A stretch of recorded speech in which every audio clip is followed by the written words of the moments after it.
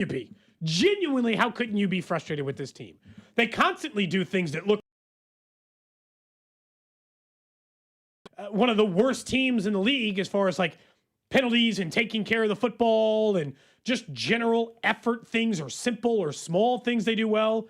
And then I can't be, and like I kind of refuse to be the person coming in and be like, fire them all. They all stink. I'm like, I don't know. I saw a Bills fan over the weekend that I think should perfectly, and then we'll talk about the team where they are, perfectly make you feel the way you should feel about this team, at least the leadership. Andy Reid, Brett Veach, Patrick Mahomes, and others. A Bills fan had tweeted out over the weekend, if you woke me up one day and Sean McDermott had won 3 Super Bowls in the last 6 years and had been to 5 of the last Super Bowls, he could punch me in the face every morning that I woke up and I'd say, thanks, Sean. What a lovely day it is. And there is part of me that says that. That doesn't make this season any less frustrating, Gold. Because it's just the Dallas Cowboys game was another one of, let it slip away, and then we just have to wonder all year if they're going to actually make the playoffs, etc. We'll briefly get back into that game because this is our first show since the Cowboys loss for Kansas City. I think I said this after the Christmas Day game a couple years ago as well. I know why the Chiefs are on Thanksgiving. I know why the Chiefs are on Christmas. And I'll fully admit my answer would be different if the Chiefs had won on Thanksgiving. I'm sick of them playing on holidays. And you can say, like, Drew was going to chime in and say, don't let it impact your day. I'm just telling you, I know I'm not alone in this. I don't want another Christmas or Thanksgiving Day game the Chiefs lose, and then it sours everybody the rest of the evening. We were having a great Thanksgiving. We're all watching the game together. It was a ton of fun. And I'll admit, the rest of the evening was not the same. Everybody was a little bit down. The vibe was bad. Yeah, the vibes were not good. Yeah, that's fair. Like, I know I'm not the only one in Kansas City that had that experience with their family. The same thing happened on Christmas with the Raiders game a couple years ago. So I'm done with the holiday games. I'm just flat out done. And yes, it's a very spoiled thing for me to say, but I'm done with it. I'm sick of it impacting the rest of the holiday, the rest of the evening. If they're going to play on Christmas, which they are this year, at least it's the night game, right? Isn't it? Isn't it an evening game? So you get most of your day. Yep. It does, by the time the game's over, it's already 9 o'clock. You just go 10 to bed. o'clock. Yeah, you're done. But the middle of the day when there's still hours left, yeah. No. Did you guys have a good Thanksgiving? I haven't seen you guys in a bit. It feels like forever. So I would say Thanksgiving is pretty standard. I go to my family's on Black Friday. We actually get together on the Friday after. I saw my in-laws on actual Thanksgiving. Small affair.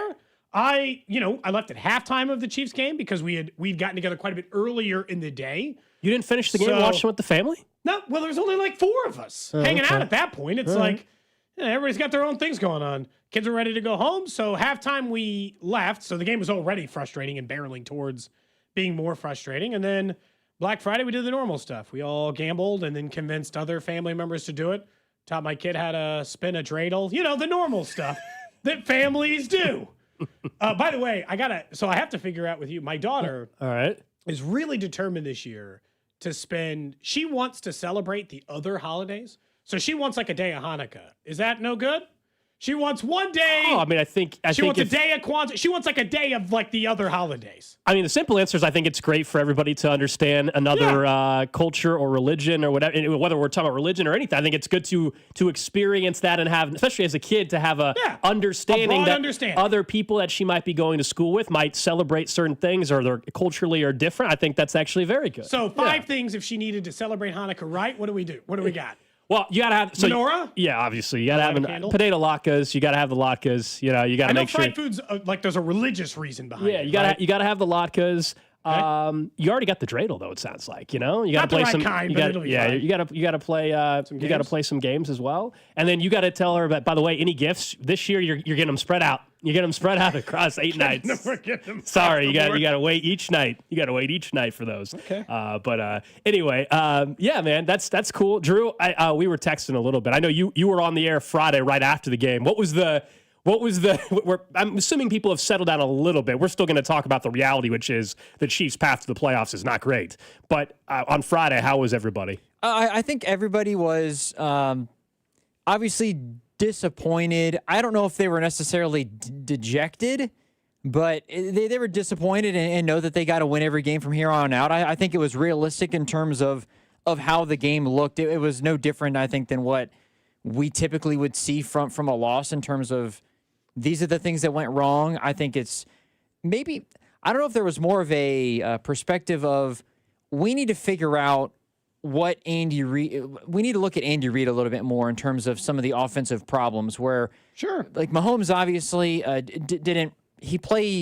He made some really great plays, and then at times throughout the season he hasn't looked like what we're used to seeing. Is that because Patrick Mahomes isn't as good, or is it because he's being limited, if you will, maybe by the scheme or the potential to open up the offense and just let him kind of cook? Because the full complement of wide receivers is there. Right. The running game has been better. The offensive line, up until, of course, this game, has been relatively healthy and fully there.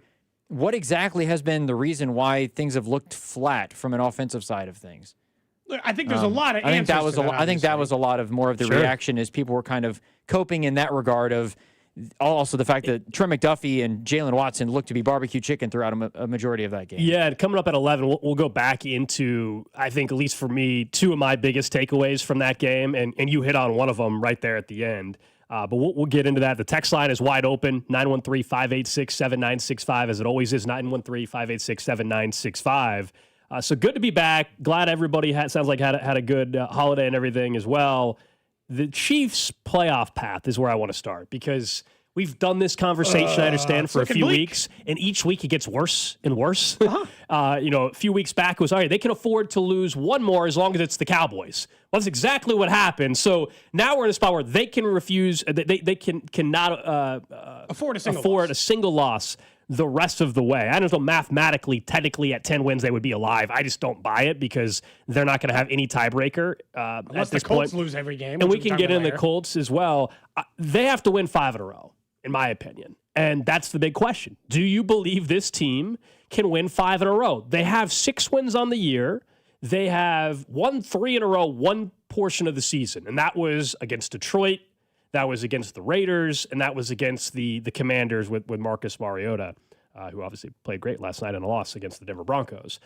I was looking even at odds for this scenario to play out. Basically, I actually think from a betting angle, today's the launch day in Missouri, by the way. Oh, yeah? Yeah, you can bet live in Missouri. To win 5 in a row, essentially to make the playoffs, the Chiefs are plus 106 to make the postseason. No is minus 130. It was like minus 105 right after the game on Thursday. And I thought that was a great bet to actually make. And I'll gladly be wrong on this. No, I do not think, Cody, the Chiefs are making the postseason. And I hope I'm wrong. I completely hope I'm wrong on this. You know that. But I do not believe in the biggest moments they are consistent enough. That's been the whole theme of the season, man. Like, they will have their moments where you buy that. They're so hard to quit. They're so hard to quit because what Drew even just said about Patrick Mahomes, I agree with it. But then we also see late in the game, he makes one of the more ridiculous plays you'll see of the entire season. He should have fallen on his ass. Everybody else does. Instead, he throws a bullet to, was that Xavier Worthy? Worthy. Yeah. I mean, who I did not love his route to the end zone. but like, that's a small one. Plays like that still, like, how do you quit? And in the way they started off in the game, even. That was the quickest, the fastest start they had of the entire season. They looked great in their first 15 scripted. So that's why it's hard to quit. I hope I'm wrong. It all comes down to Sunday night, basically. If they beat the Texans, do you believe they can win the next 4? And it'll be easy to talk ourselves into that. But even against the Broncos again, or the Chargers, Cody, if there's a big play they have to make late, this year's team, it is not a play they're making consistently. I got to say, they will have to have some very serious, and those will be the conversations we have at the end of the year if this is the way it goes, some very serious self-reflection. If in a year in Patrick Mahomes' prime, you miss the playoffs, under any circumstance, I have buried other teams for doing this. It is embarrassing to miss the playoffs if you have Josh Allen, Joe Burrow, Patrick Mahomes, Lamar Jackson. If you got one of the 5 or 6 best quarterbacks in the league, missing the playoffs is an embarrassment if they are healthy. Patrick Mahomes plays football for this team still. So, like, if they miss the playoffs, it will be embarrassing. Do I think they will miss? This is the toughest threshold to cross, in my opinion. Dusty got there a couple of weeks ago. You sound like you're there now. Even though you and I both knew that they could lose the Cowboys game and it wouldn't necessarily signify the end. Correct. Which is why they still have a path if they win out. I'm probably going to be the last one on board with this one, and that's fine because I don't think being on the other side is wrong. I will say for now, no. And the only reason is Patrick Mahomes still, to me, looks like that game on Thursday, they lost for him. He didn't do anything to, he didn't lose that 4 football touchdowns game for them. Yeah. They lost that football game for him. Everyone. Andy Reid, his defense, his special teams, I don't care. He didn't lose that football game. They lost it for him. And I know in a crunch time moment and a couple of times this season, he's blown it. And I'm not saying that he hasn't been responsible for some of their losses, but it wasn't that one. And they've been better at home and better against bad teams. And that's mostly what's left on their schedule, either home games or games against bad teams. So I don't know. Yeah, what's tricky about it? Yes, I'll say they still make the play. What's tricky, they will be favorites in every single game the rest of the way. That's why it's hard to figure out. We all agree they will be a favorite in every single game the rest of the season. Mm-hmm. And they were just a favorite against Dallas and they lost. They were a favorite against the Colts and they won. They were a favorite against the Broncos and they lost outright. So this is the challenging thing. Because, I can see them winning in an individual circumstance. I can see them beating the Chargers. I can see them beating the Broncos and the Raiders, obviously, the last week of the season, and the Tennessee Titans. Heck, this Sunday, depending on where things are at with this offensive line, even against the Texans. I can see C.J. Stroud having a bad day at the office again. I can see it on an individual level. Can I see them stringing 5 together, getting out of their own way for 5 straight games? That's where I can't. That's why I think it's over. Especially not that they can't win those individual ones. And I don't think they're only winning 2 games. I don't think this is all crashing down. I think in all likelihood they end up winning 10 games this season, and we're going to find out, as we all suspected, that Jags loss might hurt them. Although we'll get to the AFC South here in 10, 15 minutes, because suddenly we should all be rooting for the Jags to win the AFC South and the Colts not to because of the tiebreaker situation. So that's where it gets a little interesting, but they're just so hard to quit because on an individual game, man, I can, of course, make a strong case why they should win. Yes. And they will for the first quarter of that game against the Cowboys, they look dominant. They looked awesome. And then they let Dak Prescott chew them up in the second half. I'm not arguing that George Pickens and CeeDee Lamb are easy to guard.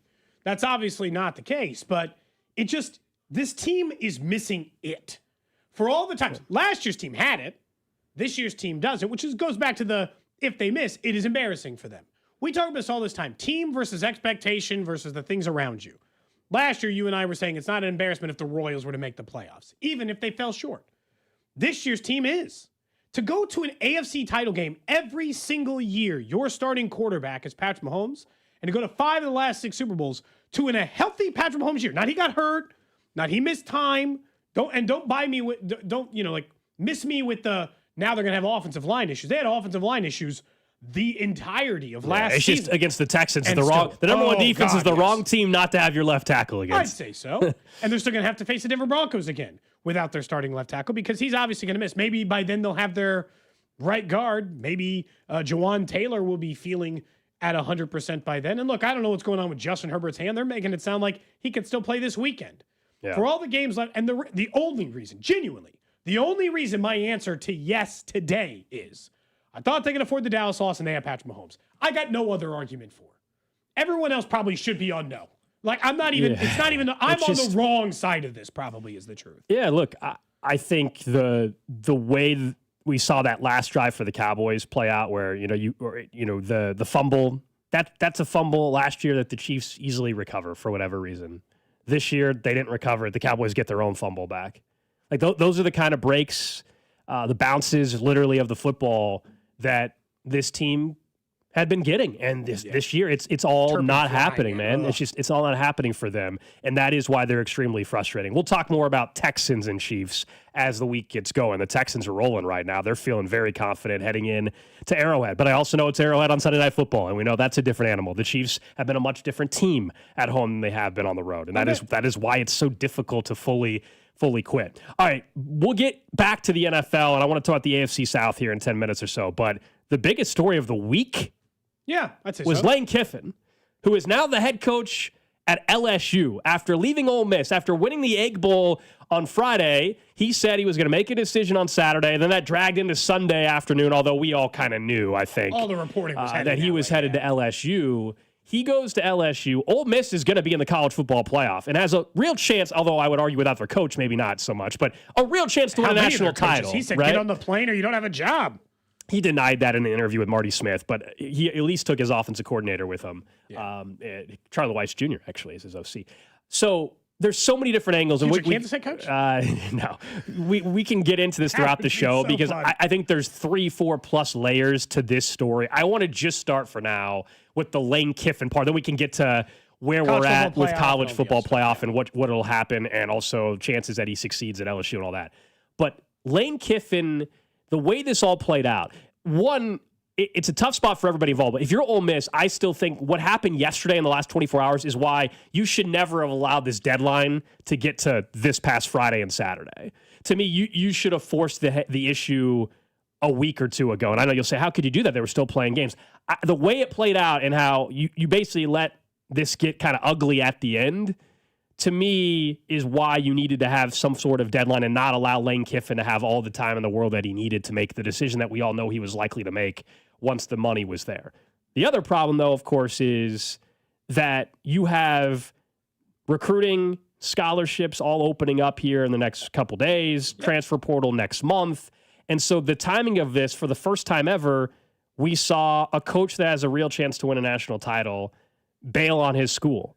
And he wanted to coach Ole Miss still, and I get that. I don't deny that. I think he absolutely still wanted. You don't get to have it both ways, though, right? Like, no, he has the right to ask to coach. For they have sure. the right to tell him no. Exactly. I don't blame him for wanting to continue coaching Ole Miss while also accepting LSU, and I sure as heck don't blame the Ole Miss athletic department and their athletic director for saying, yeah, you don't get to do both. You don't get to eat your cake too, man. You don't get to leave for our SEC rival and then also still try to coach us to a national title. Yeah, you don't get both. That's just not how life works. What job?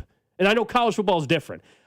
If you are a very valuable employee at your office, let's say you're not the owner of the company, because you're a very valuable employee, and you go to a competitor to the exact same line of work where you're very, very good at, and then I know you also have the ability to take my best employees with you, you don't get to hang around for 3 more weeks. Yeah. And actively recruit everyone else. It just doesn't work that way. No, from a football standpoint, in very few jobs, I would say you get to stick around and do this kind of thing. It happens occasionally, but not in college football.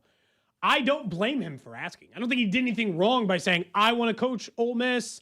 I want to see this team through. These are my guys. But Ole Miss can't let him coach. Just plain and simple. They can't let him actively sit in a locker room of players he might very well take to LSU. For sure. And kick it with them for the next 3 weeks while you know he's taking another job. It just doesn't work. Now, I will say that was probably the biggest detriment to actually taking the job, is that now you're going to leave a team we haven't seen this yet. We haven't seen a team in the college football playoffs coach leave while they are going to actively be in the playoff and have to just be coached by the defensive coordinator running the same offensive scheme, but without the offensive coordinator or everything else. It's going to be weird. Now the permanent head coach, by the way. Pete Golding is actually the guy now. They went ahead and that is very interesting. I think the players like him, which is... Yeah, they're trying to keep it together for now, for this run. And, I think I will personally be rooting for Ole Miss to go on a hell of a playoff run. I mean, sure. I do feel like always with these college athletic decisions, where coaches leave and they have the right to leave. For the players, the players always get screwed over. And this is not me acting like, yes, I know they're all NIL now and some of them are making hundreds of $1,000s.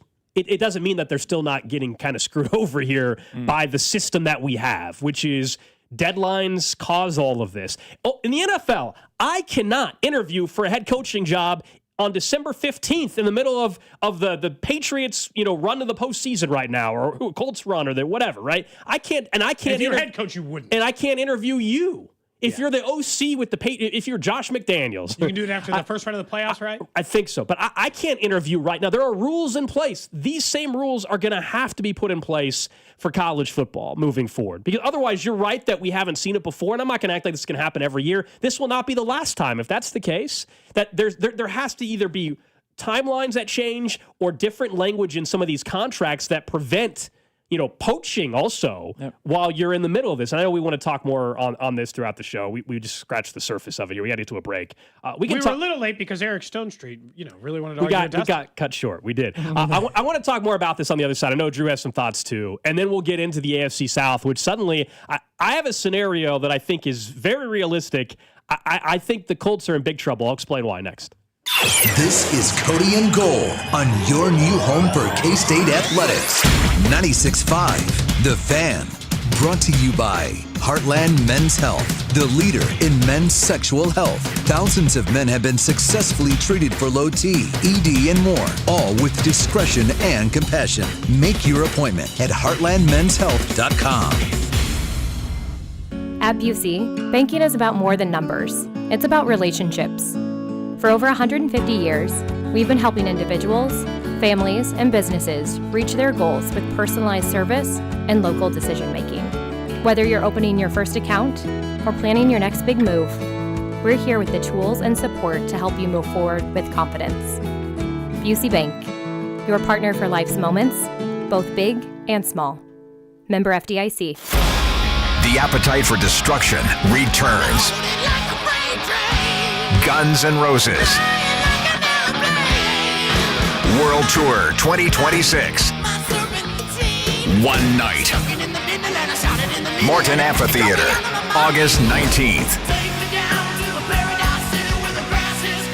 Sign up now through Monday, December 1st for the artist pre-sale at signup.ticketmaster.com/Guns N' Roses. Hi, I'm John Ray, your friend and jeweler at Shane Company. When you buy an engagement ring or fine jewelry gift from Shane Company, you get more than what you paid for. Our jewelry comes with our all-inclusive free lifetime warranty. It covers everything. There's no fine print. You'll get unlimited cleanings, resizings, and repairs. Plus, it even protects your engagement ring's center stone. We stand behind the quality of our jewelry, and that's our gift to you this holiday. Peace of mind. Because a friend knows the best things in life are free. Shane Company, your friend and jeweler. Missouri, it's happening. FanDuel Sportsbook is live and ready to roll in the Show Me State, and they're celebrating with a little something for everyone. All this week, every customer gets a no-sweat bet every day. That's right. No matter what you're betting on, if it doesn't hit, you'll get bonus bets back to keep the action going. So whether it's football, basketball, hockey, or whatever you're into, you can bet it all on the app that's safe, secure, and built for every kind of fan. The interface is quick and the payouts are fast, and the experience, top tier. So download FanDuel or visit FanDuel.com/Missouri to get started.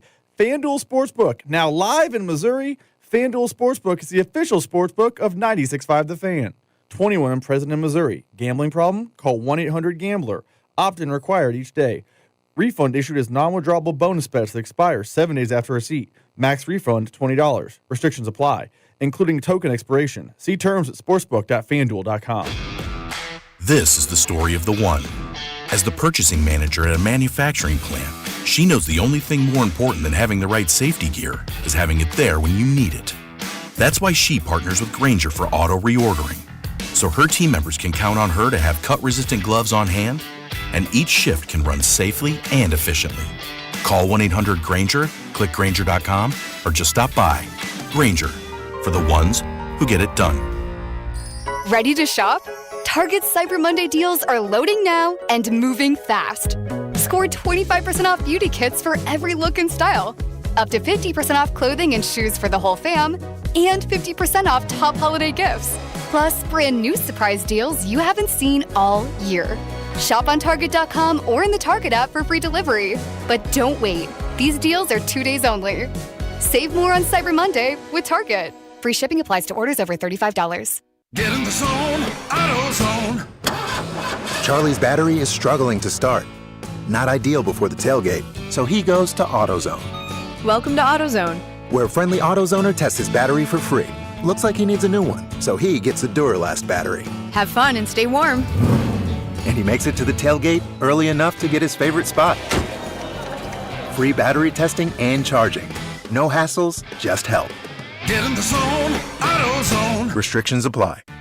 This is the story of the one. As an HVAC technician, he and his digital multimeter are in high demand. So when a noisy office HVAC turns out to be a failing blower motor, he doesn't break a sweat. With Grainger's easy-to-use website and product information, he selects the product he needs to keep everything humming right along. Call 1-800-GRAINGER, click Grainger.com, or just stop by. Grainger, for the ones who get it done. Hey, I'm Mike Slater. My dad passed away at the age of 63. It's out of nowhere. Had a stroke. Super hard, obviously, for the whole family, but my dad had life insurance. This is why I have life insurance for my family, for my wife and 4 kids. And the best place to get life insurance is ethos.com, because you can do it in 10 minutes. And there's no medical exam and no blood test, just a few health questions. Get life insurance in 10 minutes so your family is protected. Ethos, ETHOS, ethos.com/play. Oh, hey, welcome to gift wrapping. Whoa, Zoe Saldana. Hey, can you wrap these, please? Wow, iPhone 17s. You splurged. At T-Mobile, you can get 4 iPhone 17s on them. The new center stage front camera is amazing for group selfies. It's the perfect gift for everyone. I'm the worst. I only got my mom a robe. Well, it's better than socks. So I have to trade in my old phone, right? No, at T-Mobile, there's no trade-ins needed when you switch. Keep your old phone or give it as a gift. Incredible. In fact, wrap up my old phone too. For my Aunt Rosa. Forget that. Aunt Liz will be jealous. Sounds like my family. Drama. Oh, I got it. I'll give it to my abuela. I'll take reindeer paper with, hey, where are you going? To T-Mobile! The holidays are better at T-Mobile. Get 4 iPhone 17s on us. No trade-in needed when you switch. Plus 4 lines for just $25 a line. With 24 monthly bill credits and 4 eligible port-ins on essentials for well-qualified customers. Auto pay plus taxes, fees, and $35 device connection charge. Credits end and balance due if you pay off early or cancel. Contact us. Finance agreement 256 gigabytes, $830 required. Visit T-Mobile.com. Brought to you by Duke's Mayonnaise. This is the Duke's Country Song. It's a song about the best mayo. It has a yellow lid, and its full name is Duke's Mayonnaise. Get Duke's Mayo in store. It's got twang. You're listening to 96.5 The Fan from the DM Injury Law Studios. Mike's got this. All right, we're just getting started here on a Monday. It is launch day in Missouri for sports wagering. So coming up in about 10 or 15 minutes, we'll have Mike Palm from Circa call into the show just to talk about today, what it means. A lot of people were on Twitter last night talking about it. Yes, there are plenty of promotional offers out there. If you, are a brand new customer, you can really get some of the awesome offers. If you're someone that already has an account with any of the books, you know the names, FanDuel, DraftKings, Circa, whatever, any of them, there are still bonuses. Like there's the Super Boost going on. Basically, if a point is scored tonight in Monday Night Football, you essentially can get up to $50. Imagine how sick you'd be if it went 0-0 tie. Stop. Oh, what a sick. I think they'd still honor it. What's funny. Yeah. I think they'd still just pay it out and be like, oh. So if you already have an account, yeah, you just have to drive across the state line to Missouri, make said wager, and then you can move on with your day. So I will be doing that after the show today. I live with a on the couple. Missouri You do side, so. with a couple. You get to experience what I've had for a couple years. I'm glad folks on the Missouri side can actually wager in live betting, or if you're at Arrowhead or at Kauffman Stadium. So we'll talk about it with Mike Palm coming up in just a little bit. Finish up a little bit of the conversation we were having about Lane Kiffin, though, and him leaving. I saw somebody text in 913-586-7965 saying, hey, well, what about a couple of these group of 5 coaches that are leaving? John Summerall, Eric Morris. North Texas going to Okie State, or a Summerall going to Florida. Are they allowed to keep coaching? Yes. But I think they're not apples to apples situations. For starters, simply put, one's group of 5, one's an SEC job. Ole Miss is recruiting the same player that LSU is recruiting. North Texas or Tulane not recruiting the same player that a Florida is recruiting. And so there's not the same conflict. It's not a rival school. To me, I don't think they're same scenarios whatsoever. That's why you let them continue to coach if you're a group of 5. I just don't think that those are. I think it's more common when he's at North Texas, a small school, he made it big time. They're more happy for you. Lane Kiffin was already coaching in an SEC school. I don't know. Same conference, it's different. I also think sometimes if you are pro letting him coach, think about this as if this were a rivalry state, because it's the same thing. Yeah. Let's say Eli Drinkwitz took the job at Kansas, and they said, or Leipold took the job in Missouri. Would you want him coaching the other school the rest of the hell no.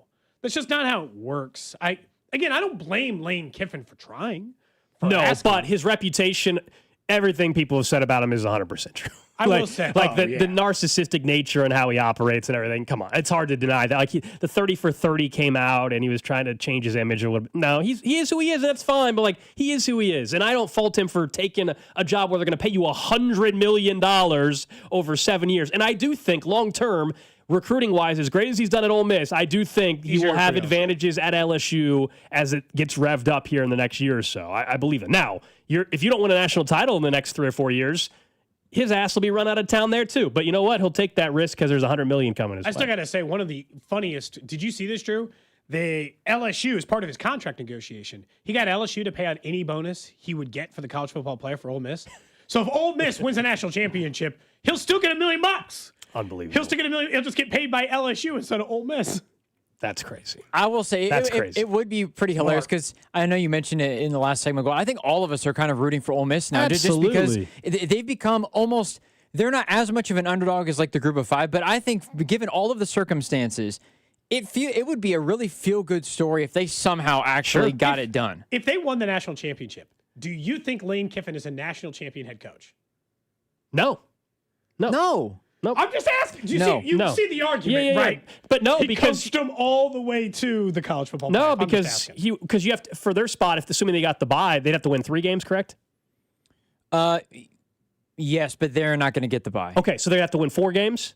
They'll have to win the first round, quarter, semi, and then final. That's too many. Yeah, you don't get a. What if there's 3? Let's say they had a bye. No, I think it'd have to be one. Like literally, if there was 1 game left, then I would argue. Like if he coached all the way up until the semis, then I think there would be more of an argument. No, he's not.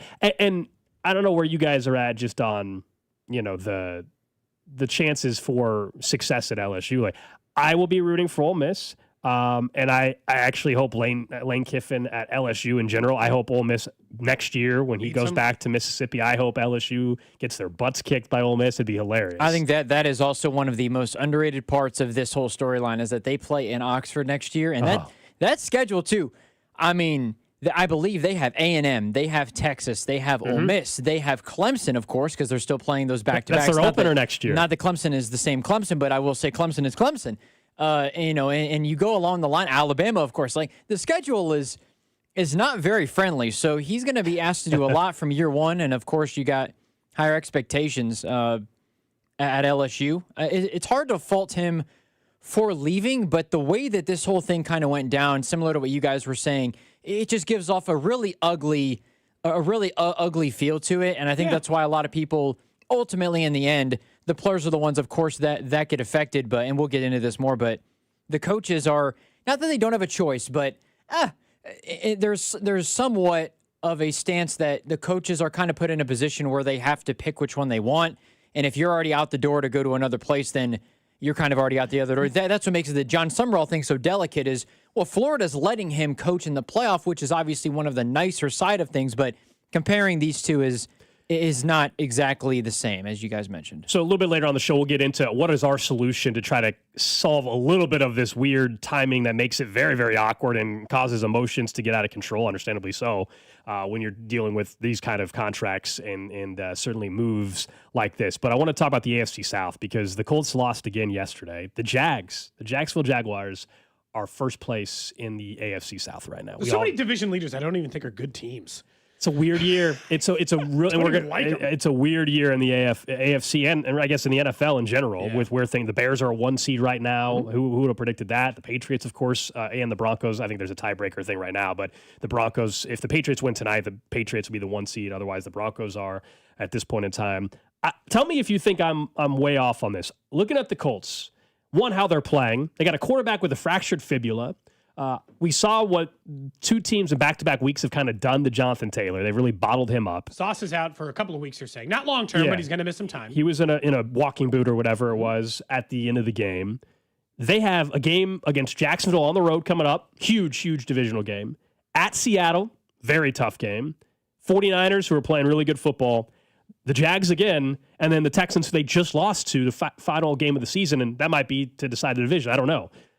I don't think it's crazy. I think the Colts win one more game the rest of the season. Which means you think the Colts are the team the Chiefs can best catch? I believe the Jags or the Texans. Hopefully it's not the Texans because that means the Chiefs lost to the Texans. But I think the Jags or Texans are winning that division. You know, I've looked at the Colts and I just haven't been a huge believer going back weeks and weeks.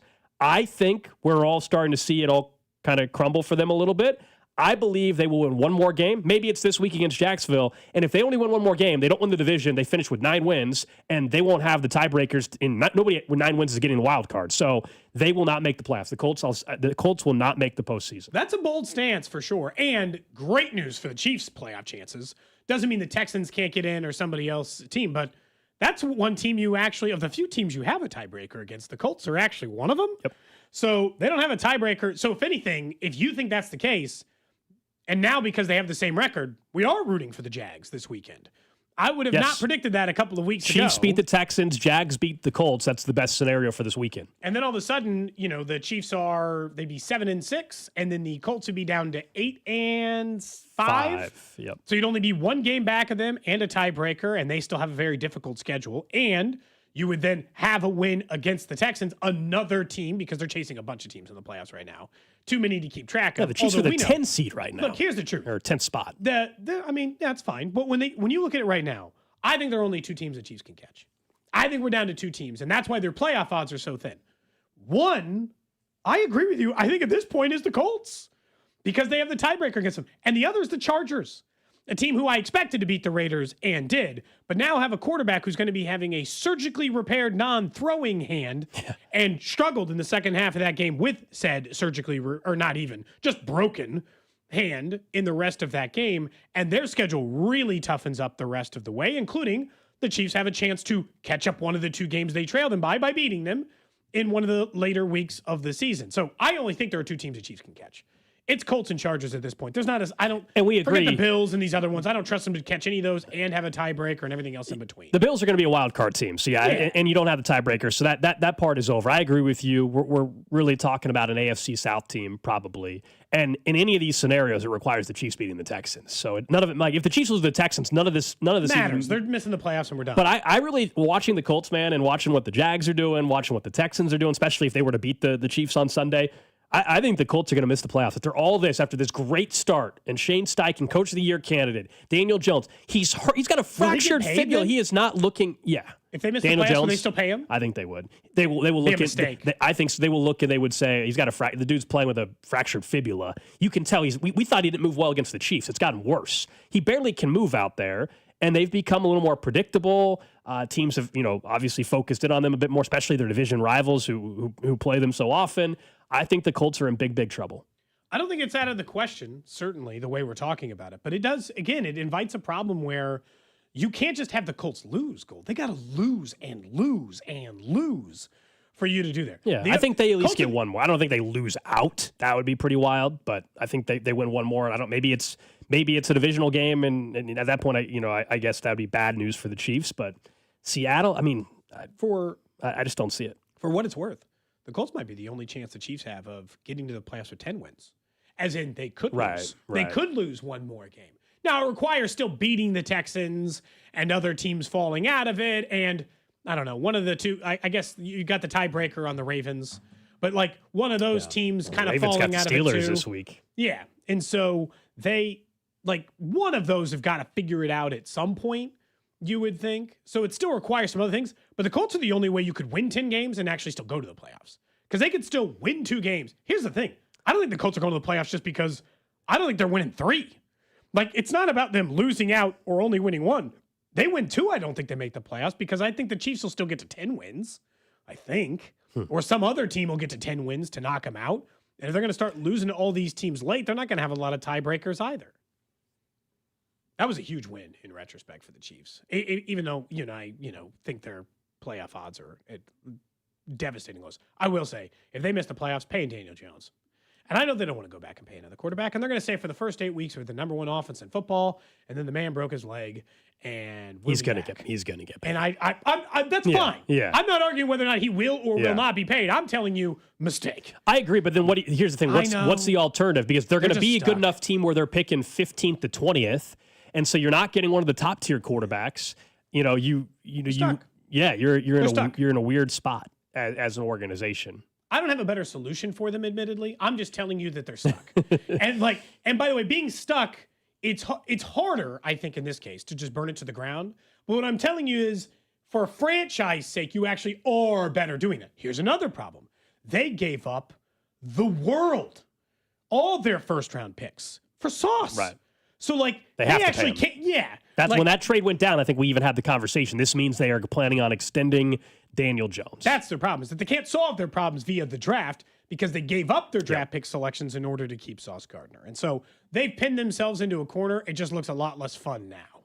That's all I'm saying, is because where they are and where they're stuck, I don't even disagree. I can't believe they're going to miss I think either win the division or miss the playoffs. I think the Colts end up missing the playoffs. They win 1 game, maybe 2 more the rest of the way, and they end up missing the playoffs. Daniel Jones's play, the fibula, the schedule. I don't think it bodes well for them. Exciting news in Kansas City today, especially on the Missouri side, where sports wagering finally launched. A lot of people have been texting in asking about all sorts of offers and what apps are available. One of those apps, and for the first time for many people are going to use it, is Circa Sports. You guys know we've got a great relationship with them out in Las Vegas, and they have a brand new app available in the state of Missouri, and we welcome in Mike Palm from Circa Sports. Mike, great to have you on. I understand you're actually in the state of Missouri. I'll say you're on the wrong side of the state line, but that's all right, or the wrong side of the state, but that's all right. You're enjoying the weather that we're having in the state at this point in time. We're waiting for the snow. Where's this big snowstorm? It's here. Maybe tonight. Maybe tonight. Yeah, maybe tonight in St. Louis. They said like 6, 7 o'clock. But that's fine. I like to see snow. I'm from Iowa, so yeah. We're here at the Union Station Hotel, just blocks from the Enterprise Center, where we'll be at the Ducks Blues game tonight. But really excited to launch in the great state of Missouri and taking wagers. They started rolling in right at midnight, and some decent bets, some good 4-figure bets already on the Monday Night Football game and on the Ducks game tonight. I was going to ask you, do you have any idea what was maybe the first wager or one of the wagers that stood out right when it launched? The first wager we took was for the Ducks, the Blues to win in regulation plus 110. That was the very first bet we took in Missouri. Okay. I thought maybe you, it might end up being Patrick Mahomes to somehow find a way to get this team back into the playoffs is what I was hoping for. Well, that'd be like a lottery ticket, maybe. I'm just kidding, guys. They keep taking my money. They took my money. I had them on the money line against Denver. I laid 3 against the Cowboys. I'm stubborn there. Well, we're not alone, at least on that end, because we were talking about one of the odds earlier of like them to make the playoffs. Right now, they're minus money to miss the playoffs. That's got to be a first in Patrick Mahomes and Andy Reid. And yet it feels like the right bet, but I can't quit the Chiefs that easily. I can't quit them either. The problem is they're 2 games behind, and they have a very manageable schedule. Who knows what's going to happen here? But they're in the worst division to be in the AFC with 2 pretty solid teams in front of them. So we'll see. I mean, we had a lot of futures on Kansas City this year. So, I mean, if they miss the playoffs, at least we lose that liability. It was actually Kansas City and the Seahawks. We might be in trouble with the Seahawks. Yeah, Seattle certainly looks really strong. We're talking to Mike Palm from Circa Sports. The Circa Sports app launched today in the state of Missouri. Pretty simple, right? They can just go to the App Store, sign up process. What, takes 2 minutes? Yeah, less actually. I walked through it with our Uber driver last night. It took like 90 seconds. But be sure you get, I will say this, it's Circa Sports, not Circa Sports with another state attached to it, because that's Circa Sports Kentucky, Circa Sports Illinois.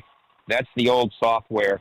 This Circa Sports, it's a white icon, not the blue with a little white lettering. This is almost all white with a little blue lettering. And that's the new app that we developed, that we launched in Iowa in October, and that we're using here in Missouri. You can do a much better job at explaining this than I can, Mike. But I was trying to, even off air, talking to some people around the office, some friends, trying to explain, Circa, for those that haven't gone out to Vegas, just the betting experience is going to be a little bit different in terms, if you're someone that is not wanting to worry about getting limited by an app because you're winning or whatever it may be, that's not something that you guys do.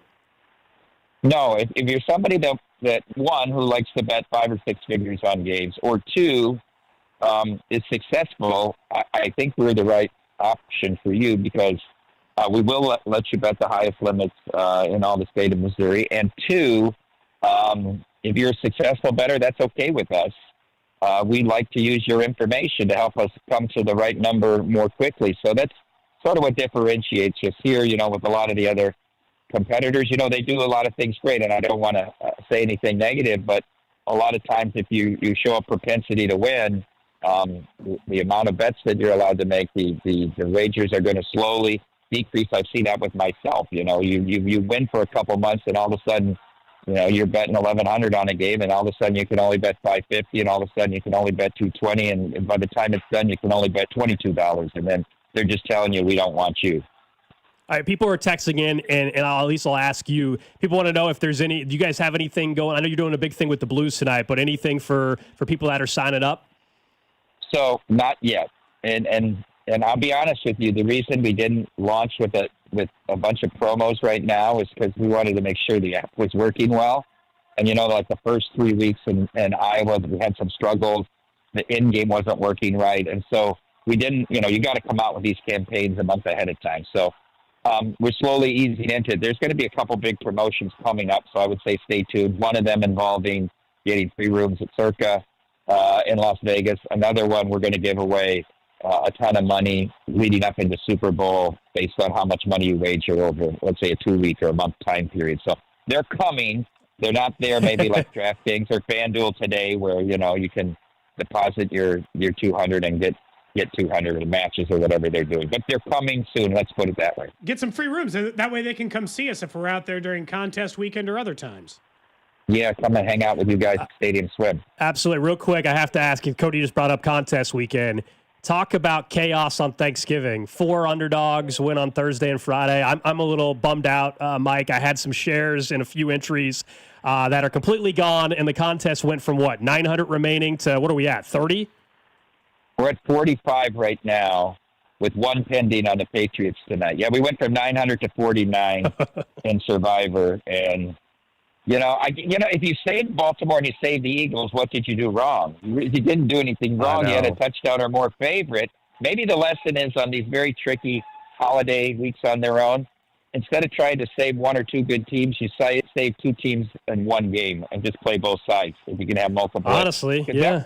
That would be the way to get through, right? I mean, and I have friends that were in that talked about playing the Bears, and they had 2 entries, 1 Eagles, 1 Bears.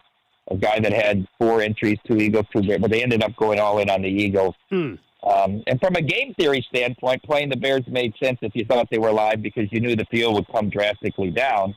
And you didn't know Baltimore would lose, but you would figure you would cut the field in half already. And then in the Grandissimo, the $100,000 buy-in where we had 69 entries, all 6 got eliminated. 3 had Baltimore, 3 had Philadelphia. So the contest ends on Black Friday, and those 6 entries each get $1.15 million. Yeah, so even if they may not have wanted to chop, but they're all chopping, whether they liked it or not. At least somebody, they're getting home with some cash there. Mike, appreciate it. We can't wait to be back out in Vegas. Congratulations on the Circa Sports app launching today in Missouri. Thanks, guys, and look for us to be doing some stuff with the Royals as well. Appreciate the time. Awesome. There you go. Mike Palm from Circa joining us. So sounds like maybe a month or so from now, something like that, there'll be some sign-up offers for people who are asking on the text line. One of the many apps that are available now with the state of Missouri launching sports wagering. Plus, as you know, we love staying. If you're a sports fan, Circa's a great place to stay out there. Yeah, by the way, that's CIRCA. Somebody was asking. Yeah. It's like, it's the casino for sports fans. They've got Stadium Swim and the billion TVs and an excellent sports book. You and I have talked about this before when we go out there a couple times a year. It's just if you're a sports fan, it's kind of the hotel. Plus, as a person with kids, I kind of like the it's 21 and older crowd. Yeah. I kind of like that there are no kids. Is that bad?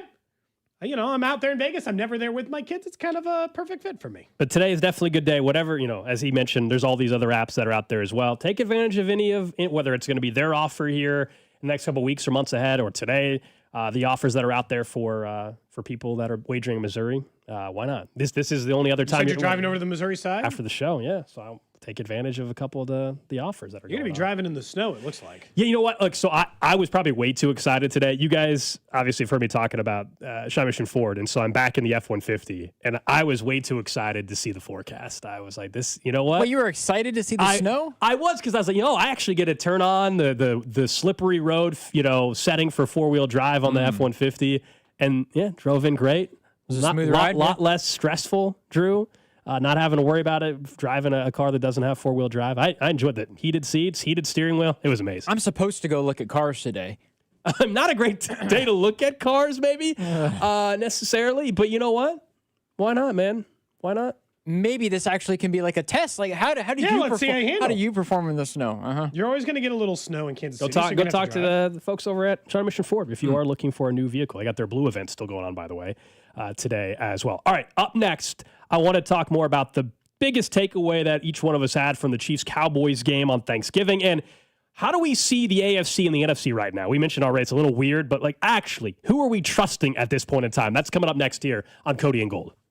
What's up, Kansas City? This is Vinny Pasquantino, and you're listening to Cody and Gold, weekdays starting at 10 on 96.5 The Fan. Brought to you by Heartland Men's Health, the leader in men's sexual health.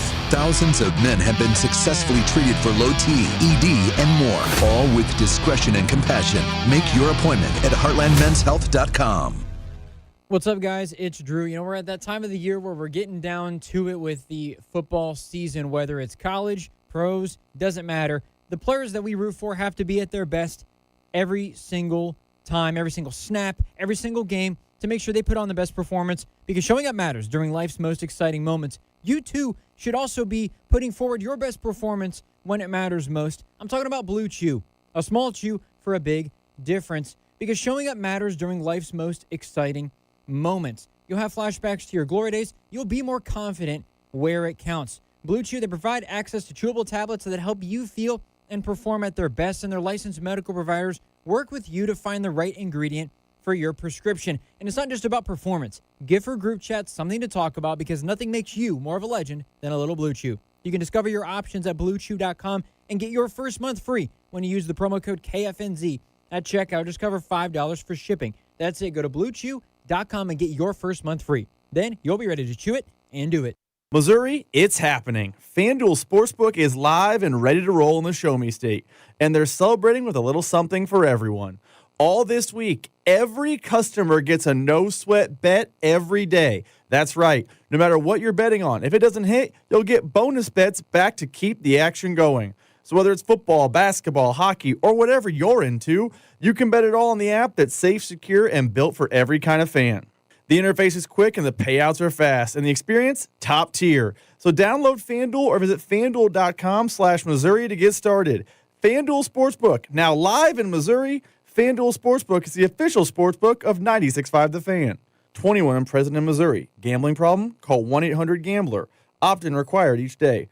Refund issued as non-withdrawable bonus bets that expire 7 days after receipt. Max refund $20. Restrictions apply, including token expiration. See terms at sportsbook.fanduel.com. With the first pick in the McDonald's breakfast draft, I'm going with a tasty sausage, egg, and cheese McGriddle sandwich. Bold move, sweet, savory, totally stacked. But wait, that delicious sausage McMuffin with egg sandwich is still on the board. Lucky for me, McD lets you mix and match two for just $5. And right now, any size iced coffee is only $1.89. Breakfast at McDonald's. That's the real winning deal. Ba-da-ba-ba-ba. Prices and participation may vary. Cannot be combined with any other offer or combo meal. Single item at regular price. I'm Mitch Holtis, voice of the Kansas City Chiefs. Choosing the best doctor for your eyes is one of the most important medical decisions you'll ever make. Whether you're considering blade-free LASIK, all laser cataract surgery, and premium lens implants, or want a world-renowned doctor to help with your glaucoma, macular degeneration, dry eyes, or diabetes, trust my doctor, Dr. Steven Silverstein. Call Silverstein Eye Centers to make an appointment, 816-358-3600. Experience the best eye care in Kansas City. Calling all holiday bakers, it's time to roll out to Hy-Vee and save some dough this Friday through Sunday. Get the season's hottest deals on dozens of baking essentials, like Hy-Vee brand flour, $1.48, cream cheese, $1.28, Hy-Vee brand chocolate chips, $2.48, and butter, just $2.49. Get ready to double those recipes and whip up some holiday magic this Friday through Sunday only at Hy-Vee. My family and I love seafood. In fact, there isn't a week that goes by where we're not having salmon or shrimp or scallops. And I know that I can count on Hy-Vee for all of my seafood needs. And they're having their annual seafood sale. It's going on right now. So it's time to stock your freezer with the best prices of the year on crab legs, lobster tail, jumbo shrimp, and scallops. Whether you're entertaining at home or want to bring something special to a holiday gathering, don't miss the huge annual crab and seafood sale only at Hy-Vee. West Shore Home makes it easy to knock out your bathroom, window, door, or flooring project right now. Hey, it's Bob Fesco. If you've been putting off your project, the team over at West Shore Home is the perfect fit for you. They've helped hundreds of thousands of homeowners, and now they're extending their Black Friday sale until Saturday so you can get your project started and save big. Free installation on all projects, plus lock in an extra $500 off when you schedule now at westshorehome.com/fan. That's westshorehome.com/fan. Don't miss out. This is the story of the one. As the purchasing manager at a manufacturing plant, She knows the only thing more important than having the right safety gear is having it there when you need it. That's why she partners with Grainger for auto reordering, so her team members can count on her to have cut-resistant gloves on hand, and each shift can run safely and efficiently. Call 1-800-GRAINGER, click Grainger.com, or just stop by. Grainger, for the ones who get it done. As a mom, comforting my family is what I do best. Vicks Vapor Stick provides soothing, non-medicated Vicks Vapors in an easy-to-apply stick, and it dries fast, so there's no mess. I use it to comfort myself and my family. Thanks, Mom. Vicks Vapo Stick, soothing comfort for the whole family. And try Vicks Vapo Shower Max for steamy Vicks Vapors when you need more comfort for yourself. Use as directed. This is the story of the one. As an HVAC technician, he and his digital multimeter are in high demand. So when a noisy office HVAC turns out to be a failing blower motor, he doesn't break a sweat. With Grainger's easy-to-use website and product information, he selects the product he needs to keep everything humming right along. Call 1-800-GRAINGER, click Grainger.com, or just stop by. Grainger, for the ones who get it done. Hey, I'm Mike Slater. My dad passed away at the age of 63. It's out of nowhere. Had a stroke. Super hard, obviously, for the whole family, but my dad had life insurance. This is why I have life insurance for my family, for my wife and 4 kids. And the best place to get life insurance is ethos.com, because you can do it in 10 minutes. And there's no medical exam and no blood test, just a few health questions. Get life insurance in 10 minutes so your family is protected. Ethos, ETHOS, ethos.com/play. Join us live at Harrah's Kansas City this Saturday from 2 p.m. to 4 p.m. Celebrate the recent Caesars Sportsbook launch in Missouri with us and meet former Chiefs running back Christian Okoye. Must be 21 plus to gamble. Gambling problem? Call 1-800-GAMBLER. Make sure to subscribe to our YouTube channel to watch all your favorite shows, shorts, and clips. This is your home for Kansas City sports. 96.5 The Fan, KFNC FM and AM, HD1 and HD2 Kansas City, an Odyssey sports station.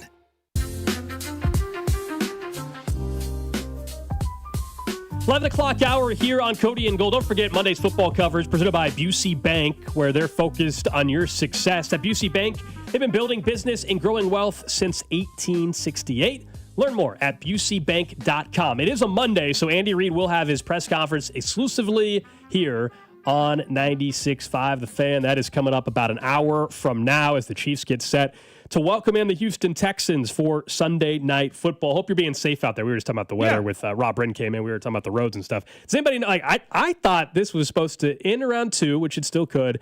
But I thought at one point we were getting like 2 inches of snow. It feels like we're getting 4 or 5 inches of snow today. I just got the early release email. So I guess we'll see you guys later. Yeah. So I can go meet the kids off the bus. That's My for wife's your working kid. from The early home today. release is for your kids, not for you, Cody. It's for the kids. Yeah. Off all week and then I'm sure the smile got real big. I said, early release? Okay. Oh, kid? Dude, I'll that's see y'all the later. best. And my kids, even though they had been away from school for like 9 days, of course, when you have that kind of break, they both were like, oh, we don't want to go to school today. I'm like, tough. You got to go. First day back is tough, I'm sure. Yeah, first day back. We've all been there. Routine, man. Reminder, if you're at home, because maybe you're fortunate enough you can work at home, so you don't have to drive to the office. If that is you, you can watch the show on YouTube, Twitch, Facebook, X. Make sure you subscribe on YouTube. And, of course, you guys know you can listen on the Odyssey app. For those of you that have to be out in the elements, we appreciate it. I know there's a lot of people that are keeping the roads clear for us on MoDOT, KDOT, so we appreciate that, or whatever municipality you're working for. I know we've got multiple listeners that have texted in the past about that, so we appreciate you guys making sure the roads are good. Someone from a FedEx driver just texted and said, not having fun today. I'm going to be looking for a road update about 1:30 today. I think 1:30 today, right? You know, we're getting ready to hit the road. Having to drive, like as a delivery driver, get out of the truck, drop the package off, get back in on a weather day like today. You tell me, what's worse do you think for that person? Texter can respond. 105 degree heat index and all that, or this? I mean, it's got to be this, doesn't it? From a driving perspective? I'm talking about from the whole deal. Yeah. I think like if you're a this. mailman, that's a good question, right? And you're sweating your ass off, dropping off, carrying packages in July. I prefer the heat. There's times where I do, like today, where if like walking the dog outside, if I did not have a dog, I don't think I'd care about the winter weather as much. With the dog, I hate this. Yeah, it's and the I worst. grew up here. I'm used. This is nothing. We all we'll get to this during stock up or stock down. Like we've all been through this enough at this point in time. Yeah, I'd say so. Let's talk a little bit about the Chiefs and Cowboys game. You and I were off the air on Friday, Black Friday. Drew, Mac, and Bink and others took care of the shows that day for us. And I think you asked a fair question. Like, we didn't get a chance to talk about it. What were the takeaways from this team for it? We can all list certainly a couple that were in there. I know one that's universal that all three of us, so let's put this one aside. We can have 6 others. Trent McDuffie got worked in that game, and it was impossible to ignore. I mean, genuinely, at the end of that game, you're like, damn, that's the first time I'd watched Trent McDuffie just get beat up. CeeDee Lamb put him in a blender for the entire 4 quarters of that game. It was ugly. That was surprising because we know Trent McDuffie is one of the best corners in football, and that doesn't change just because of the performance. But that was the first time I can remember where a wide receiver just throughout the day, was able to get the best of him. And there were some times where the coverage was actually good, but CeeDee Lamb is just that good of a receiver. There were other times where they just kind of attacked him. I hadn't seen that in his time in the NFL. So that was what was kind of stunning. That it's one thing for us to talk about the lack of a pass rush or that they're attacking, I'll just throw out, Noel Williams or Josh Williams or Jalen Watson, who is also having a great year, by the way.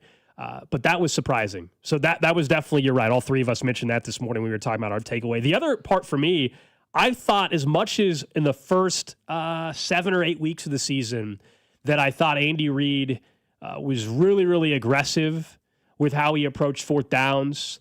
I felt like in this game against Dallas in particular that there were multiple instances where I didn't understand the decision to punt and try to pin back the Dallas Cowboys. It seems like now that Harrison Butker seems to be in a groove again and all that he's kind of gone back to his pre-Butker struggle, conservative nature of play call or They're of the afraid suiting. being aggressive is going to be the reason they lose a game. Yeah, I agree. and it goes back to our theory early on in the year. Not only was it because the team was struggling, but because they weren't able to be as reliant with Butker that they were willing to be more aggressive.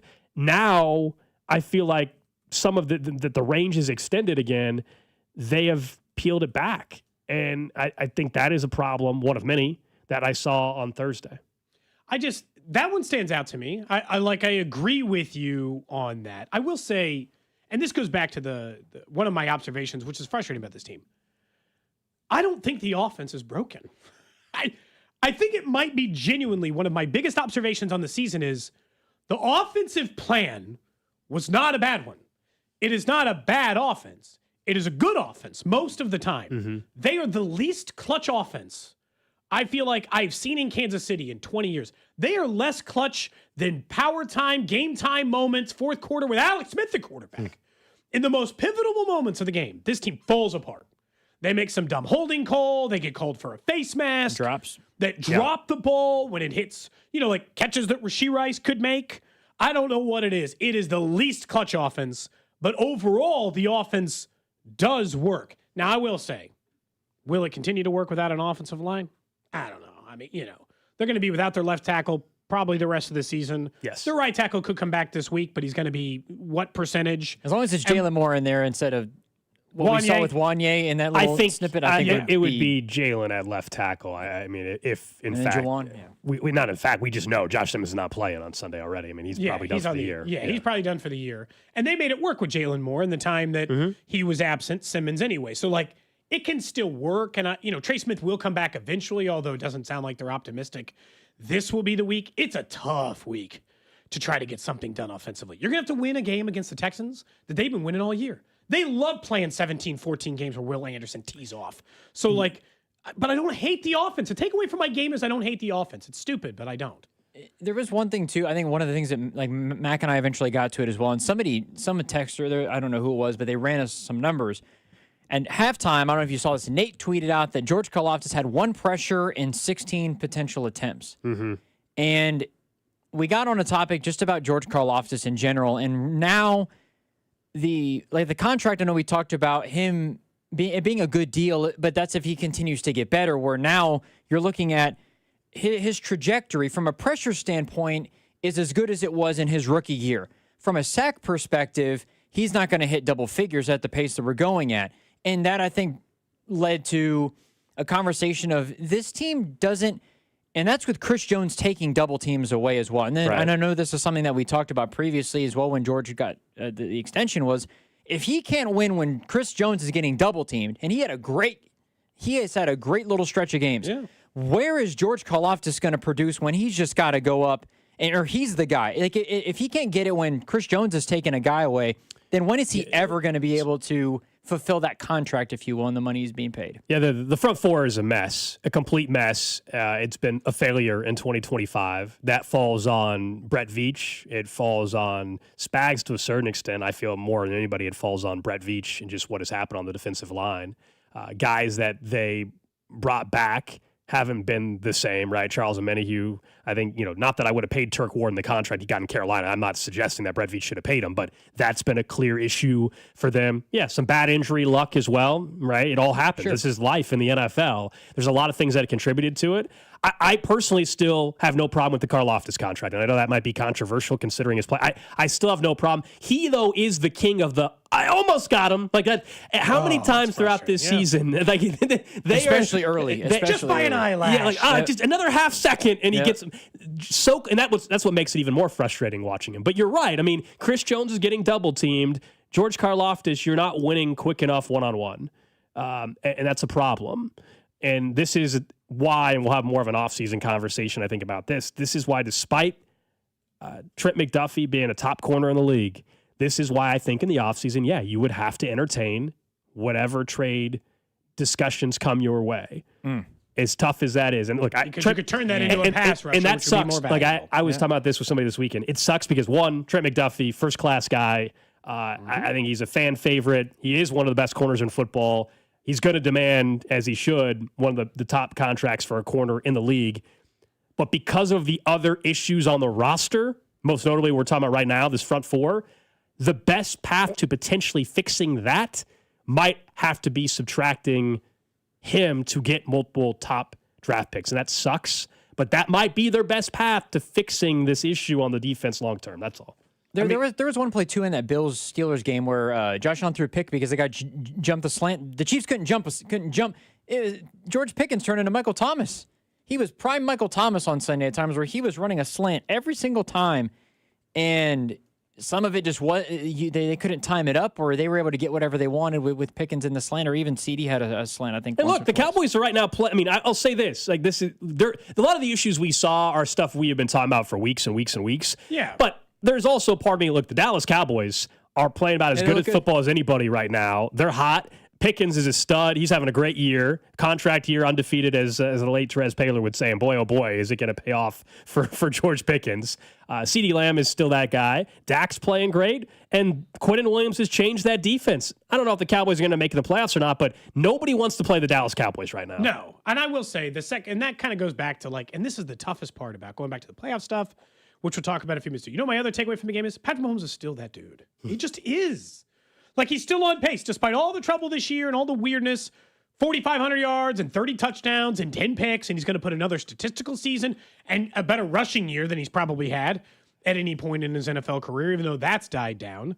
And it's just like, I got so frustrated watching that game, as I mentioned earlier in the show, thinking, you're all letting this man down. Not for every game this season, but for that one, it definitely felt that way. And I still feel like if there's a run in this team, you'd asked earlier, if there's a 5-game run. If there's a 5-game run in this team, it's got to be on that man's back. Let's just face the reality. Also, I think he's frustrated with the offense. I think it's fairly obvious that he is frustrated with some of the calls or the way that they're running the offense right now, and he knows what it's capable of. And I think he's starting to get, for the first time in the entire time I've watched Patrick Mahomes as Chief, I think he's annoyed by it. Last year they didn't have fun, and this year they're not having fun and they're not winning. So it sucked all the fun out of it. So business Patrick is here. And the problem is that I think they play better when they're playing loose, and that might be going back to why they're so not clutch as a team, is that everything is tight. They feel the pressure of every game. They're starting the playoffs this Sunday against the Texans for Sunday Night Football, essentially, right? It's like every game the rest of the way is do or die. And it was pretty much for weeks. It was against the Colts. You and I mentioned the only game they could lose to the Cowboys, and I don't know. That game was just another ruined holiday, That's why you go back to your initial thought. No more games on Thanksgiving. No more games on Christmas, please. Although there is one on Christmas this year. It just looks like It looks like open heart surgery for the offense. Like it is. If it's not overly complicated, it looks so difficult to actually execute. And I know that they still scored 28 points, but for them to they also punted the ball 4 straight times. And that's where they ended up getting down. They didn't double dip. It just feels like it's the most difficult thing in the world to put points on the board when you've got arguably the greatest quarterback of all time, arguably the greatest coach of all time, and for the most part, a set of healthy weapons, and then an offensive line that has been relatively healthy throughout this entire season up until the last week or so. Yeah, the first 15 scripted plays were amazing. It was maybe the best game plan going in that they had.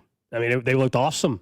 They were marching right down the field. Then, some injuries hit them, but adjustments were made by the Cowboys, and the Chiefs did not have really the counterpunch there. Certainly not defensively. If I had told you going into the season they were the 7th best points per game offense, 9th best point per game defense, and 6th in yards per play this season, what would we have all assumed their record was? Sure, what are they now? 6-6. They're probably 9-3. I bet. Or 10-2. Yeah, you're going to talk me into undefeated borderline with those stats.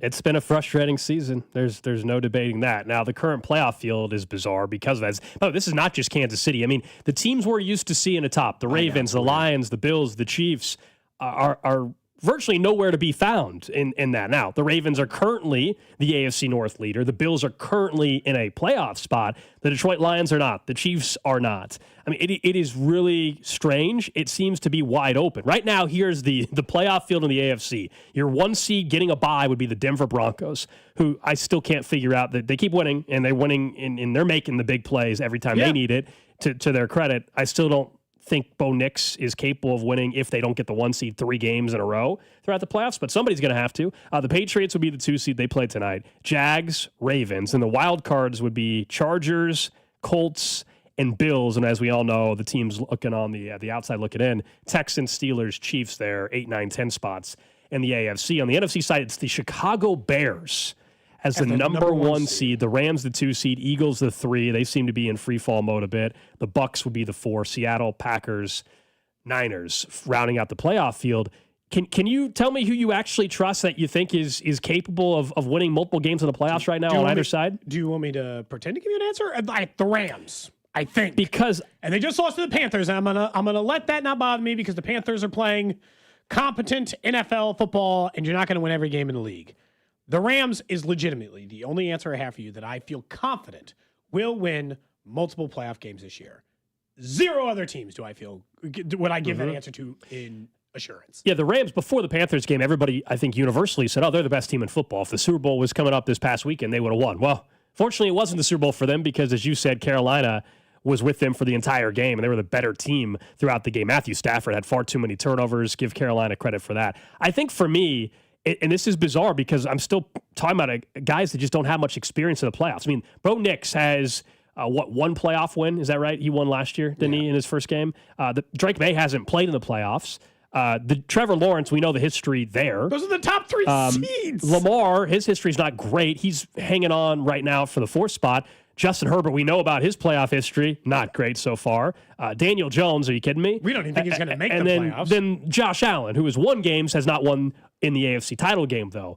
Those are the quarterbacks right now. And so out of that grouping, look, the Buffalo Bills are so Jekyll and Hyde, I can't figure them out. I actually think if the Patriots got the number 1 seed, and they got to wait until the divisional round, and they got 2 home games in Foxborough with their weather, I would pick Drake May and the Patriots if you gave me that exact path. Now, if Kansas City sneaks in and all of a sudden it's Mahomes and Allen, even if they're going on the road, then I'm probably picking one of those 2 still to figure it out. But there's so much I trust the Patriots with Vrabel more than I still do with Trevor Lawrence and Liam Cohen, more than I do with Justin Herbert and Harbaugh. I just do at this point, and that's not by much. That's what's crazy about the AFC right now. I think what stands out about it is Denver is – this will give Denver a lot of credit. Knicks didn't win, I'm sorry. Even though – okay, sorry. He lost his only playoff game. This is the only reason that Denver might be my answer, even though I don't particularly like watching them play most of the time. And I feel like they get in rock fights with bad teams, including last night. Mm-hmm.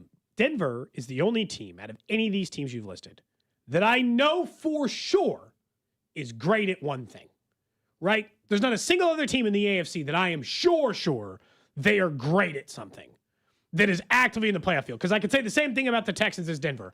I know for a fact those two teams will play defense. They will get to the quarterback, and it will cause you problems.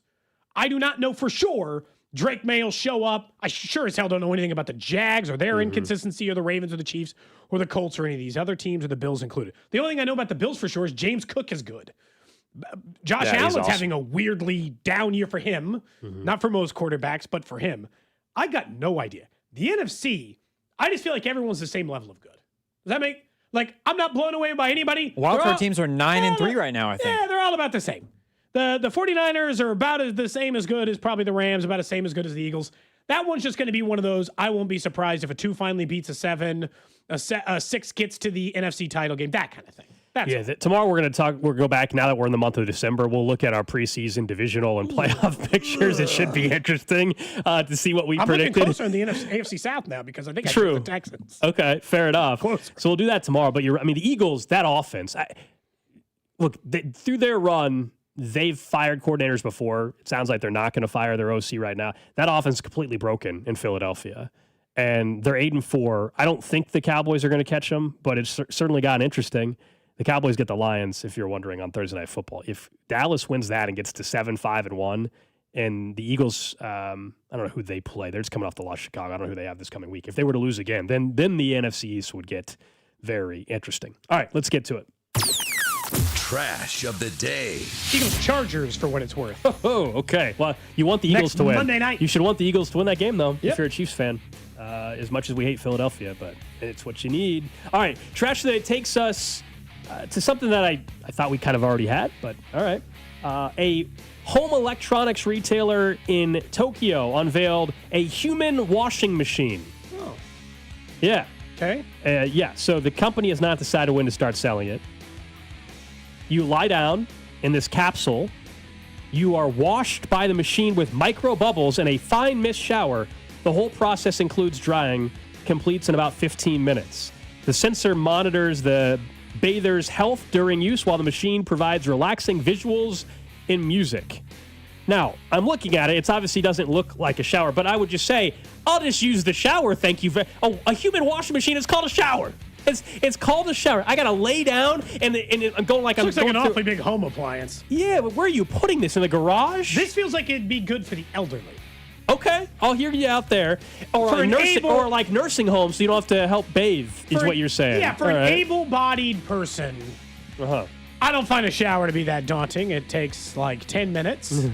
It's very little work, and that's including like washing every single part of your body. So like for this feels like if maybe you were elderly or you had a disability, I could see the benefit of this. If it's not that, it's also just weird calling it a human washing machine. Makes me feel like I'm going through the car wash. Well, that's what it is. Yeah. It says It says a fine mist with micro bubbles. I mean, you're just laying there and you're just getting clean for 15 minutes. I'm going to be totally honest with you. I don't know if I would consistently want to be washed this way, I suppose, but I'm down to try it. Oh, I would try it one time. Absolutely. I don't. The fact that they provide, I would want to experience it for what music is playing, what are the visuals. Because if it's very peaceful and calming and it's like, you know what, I actually can vibe with this, then maybe it's something I would want to do. I would never buy it. You're right. One time I would like to experience it just to see what it's how like. Much, is the juice worth the squeeze? Like, 60 how much money? 60 million yen? I looked it up. Right? It's $386,000 US dollars. Like who's buying this? Who's Well, buying this? I'll tell you right now, if I spend $400,000 on this thing, it better not miss a spot. Well, yeah. Like, I better feel clean. Yeah. I agree. I better feel squeaky clean.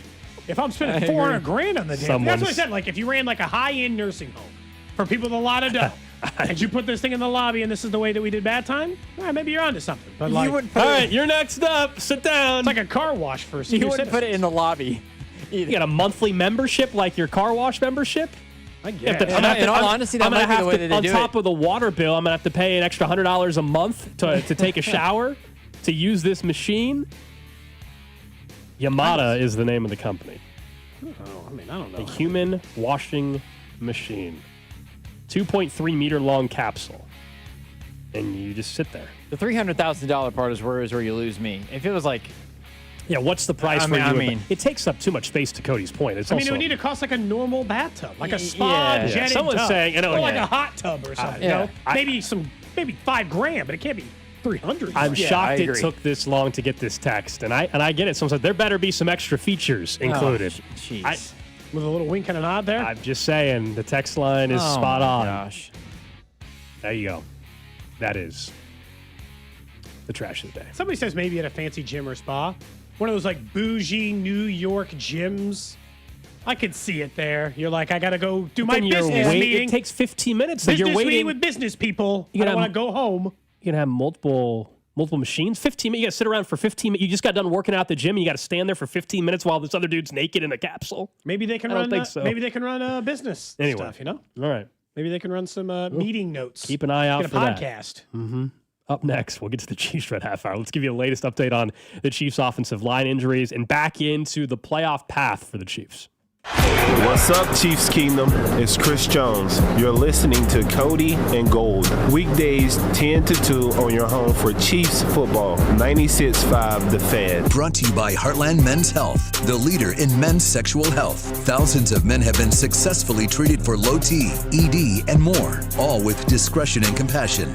Make your appointment at heartlandmenshealth.com. The FanDuel Sportsbook app is your home for all your favorite NFL bets, from yards to touchdowns to who will win. With FanDuel, any play can be the play of the game. And tonight, whether you're on the Kansas and Missouri side, FanDuel is giving all customers a 30% profit boost token. That's right. You can get in on the action with a 30% profit boost token this Monday night. So make FanDuel your go-to app for any snap. Whatever you want it to be, whatever you want to bet, just visit FanDuel.com/Alex to bet on the game. That's FanDuel.com/Alex. Play your game with FanDuel, an official sports betting partner of the NFL and 96.5 The Fan. 21 and present in Kansas. Opt-in required. Bonus issued as non-withdrawable profit boost tokens. Restrictions apply, including any token expiration and max wager amount. See terms at sportsbook.fanduel.com. FanDuel is offering online sports wagering in Kansas under an agreement with Kansas Star Casino, LLC. Gambling problem? Getting help is your best bet. Call 1-800-522-4700 or visit ksgamblinghelp.com. Ben, it's the holidays, a time of love and joy. But if you suffer from erectile dysfunction, the season can be tough on you. This is Jeff for Heartland Men's Health. And if you and your partner are experiencing struggles because of ED, change it up this year. Give the best gift you can give to the one you love by treating your ED and restoring your relationship. At Heartland Men's Health, we're experts at treating ED. And as a Prometic restorative health practice, we've literally seen countless thousands of relationships renewed across the nation. Plus, with treatments having success rates well over 90%, coupled with many treatment options, we can likely find the right one for you. You may even find you're performing like you haven't in years. So call us and give your partner the best gift you can give this season, a renewed, restored relationship. Your first visit is only $99 and includes blood work, a medical consult, and if medically advised, a test dose. And if that test dose doesn't work in our office, your visit is free. Call 844-447-6600 or go to heartlandmenshealth.com. We have 3 offices: Overland Park, Independence, and North Kansas City. When cold weather hits, the last thing you want is a heating system that fails. Call Hamilton Plumbing, Heating, AC, and Rooter for an $89 heating system tune-up. Keeping your system running at peak efficiency can help prevent costly breakdowns, lower energy bills, and ensure your system is ready when temperatures drop. Over 40 years experience and more than 8,000 five-star reviews, plus our exceptional service guarantee, are great reasons to trust Hamilton. Visit callhamilton.com/radio for details, terms, and conditions. License number 2025-11121. Having unexpected car trouble or just in a car accident? Call Jay Southland Tow Service, 816-779-4869 or southlandtow.com. Use the tow service trusted by most local police departments. They can do it all. Be in the know and call Jay's Southland Tow. At Casey's, when someone asked for a cup of coffee that wouldn't put them in debt, but still had freshly ground beans, rich flavor, and a price that starts with a 9 and ends with a D9 cents, we were too nice to say no. Any size darn good coffee, just 99 cents with Casey's Rewards. Limited time only. See store for details. With the first pick in the McDonald's breakfast draft, I'm going with a tasty sausage, egg, and cheese McGriddle sandwich. Bold move, sweet, savory, totally stacked. But wait, that delicious sausage McMuffin with egg sandwich is still on the board. Lucky for me, McD lets you mix and match 2 for just $5. And right now, any size iced coffee is only $1.89. Breakfast at McDonald's. That's the real winning deal. Ba-da-ba-ba-ba. Prices and participation may vary. Cannot be combined with any other offer or combo meal. Single item at regular price. Arvest Bank believes in the power of serving others. That's why we're committed to supporting those who serve our communities. We believe that all communities deserve a financial partner who cares.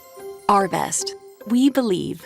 Introducing the IHOP Value Menu, where all your breakfast faves are just $6 each every day. Where else can you get a big, filling, sit-down breakfast for only $6? Go to your happy plates with the $6 IHOP Value Menu. Available every day at IHOP. $7 in some locations. Hey, I'm Mike Slater. My dad passed away at the age of 63. It's out of nowhere. Had a stroke. Super hard, obviously, for the whole family, but my dad had life insurance. This is why I have life insurance for my family, for my wife and 4 kids. And the best place to get life insurance is ethos.com, because you can do it in 10 minutes. And there's no medical exam and no blood test, just a few health questions. Get life insurance in 10 minutes so your family is protected. Ethos, ETHOS, ethos.com/life. Nugget Bills, Nuggets all the way. Hi, I'm Kylie. I'm John. And I'm Garrison. And a little thing we love about the 30-count Chick-fil-A nuggets is sharing them when we cut down the Christmas tree. We will pack the car with gifts. And of course, we go and pick up our family's favorite nuggets. Every nugget is tasty times quadrillion. And we get all the sides. Yeah, the ooey gooey mac and cheese is a big hit. Share the nuggets, share the joy. Order the 30-count Chick-fil-A nuggets on the Chick-fil-A app. Real guests paid for their testimonials. 250 years ago, a promise was made to connect families and friends near and far. And during the holidays, that promise is more important than ever. That's why USPS is building a better network to meet your needs, with timely deliveries, easy and affordable ways to ship, and everything you need to make your season full of holiday cheer. Our purpose is delivering your peace of mind, knowing your love will arrive, bringing joy to all. The United States Postal Service. Learn more at USPS.com/holidays. This is an important notice to all U.S. taxpayers. The IRS is giving away billions of dollars in tax savings through a federal program called the Fresh Start Initiative to aid delinquent taxpayers. This initiative was established for anyone facing financial hardship and unable to pay their back taxes. Qualifying and enrolling in this program will stop all collections, settle your delinquent tax problem, and even reduce what you owe by thousands of dollars. Call the hotline at People's Tax Relief to see if you qualify and get this free information by dialing 800-922-1284. If you have unfiled tax returns or cannot afford to pay your personal or business back taxes, you can now get the help you need. One simple phone call can resolve your tax problem and save you thousands of dollars. To see if you qualify and to get this important free information, call 800-922-1284. 800-922-1284. 800-922-1284. Must qualify for enrollment. Results vary. Consult with your tax professional prior to enrollment. The technicians you can trust with your house keys. Anthony Plumbing, Heating, Cooling, and Electric.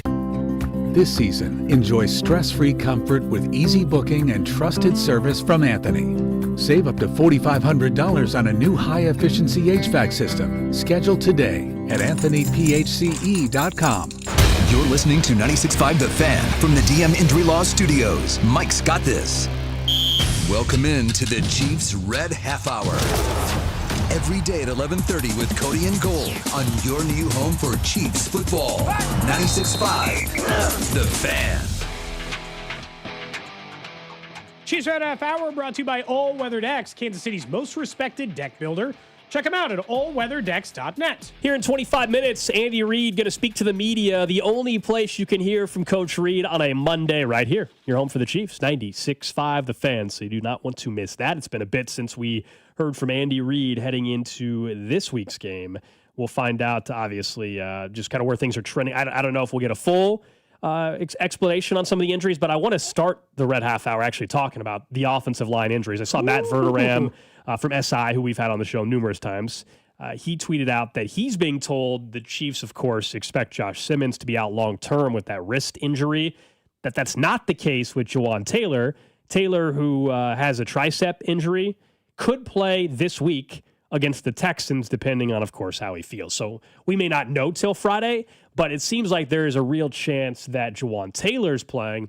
Trey Smith still feels like we got to wait another week. Remember, when he got hurt, and then the short turnaround in the Cowboys game, the initial reporting from Ian Rappaport was it could be multiple weeks.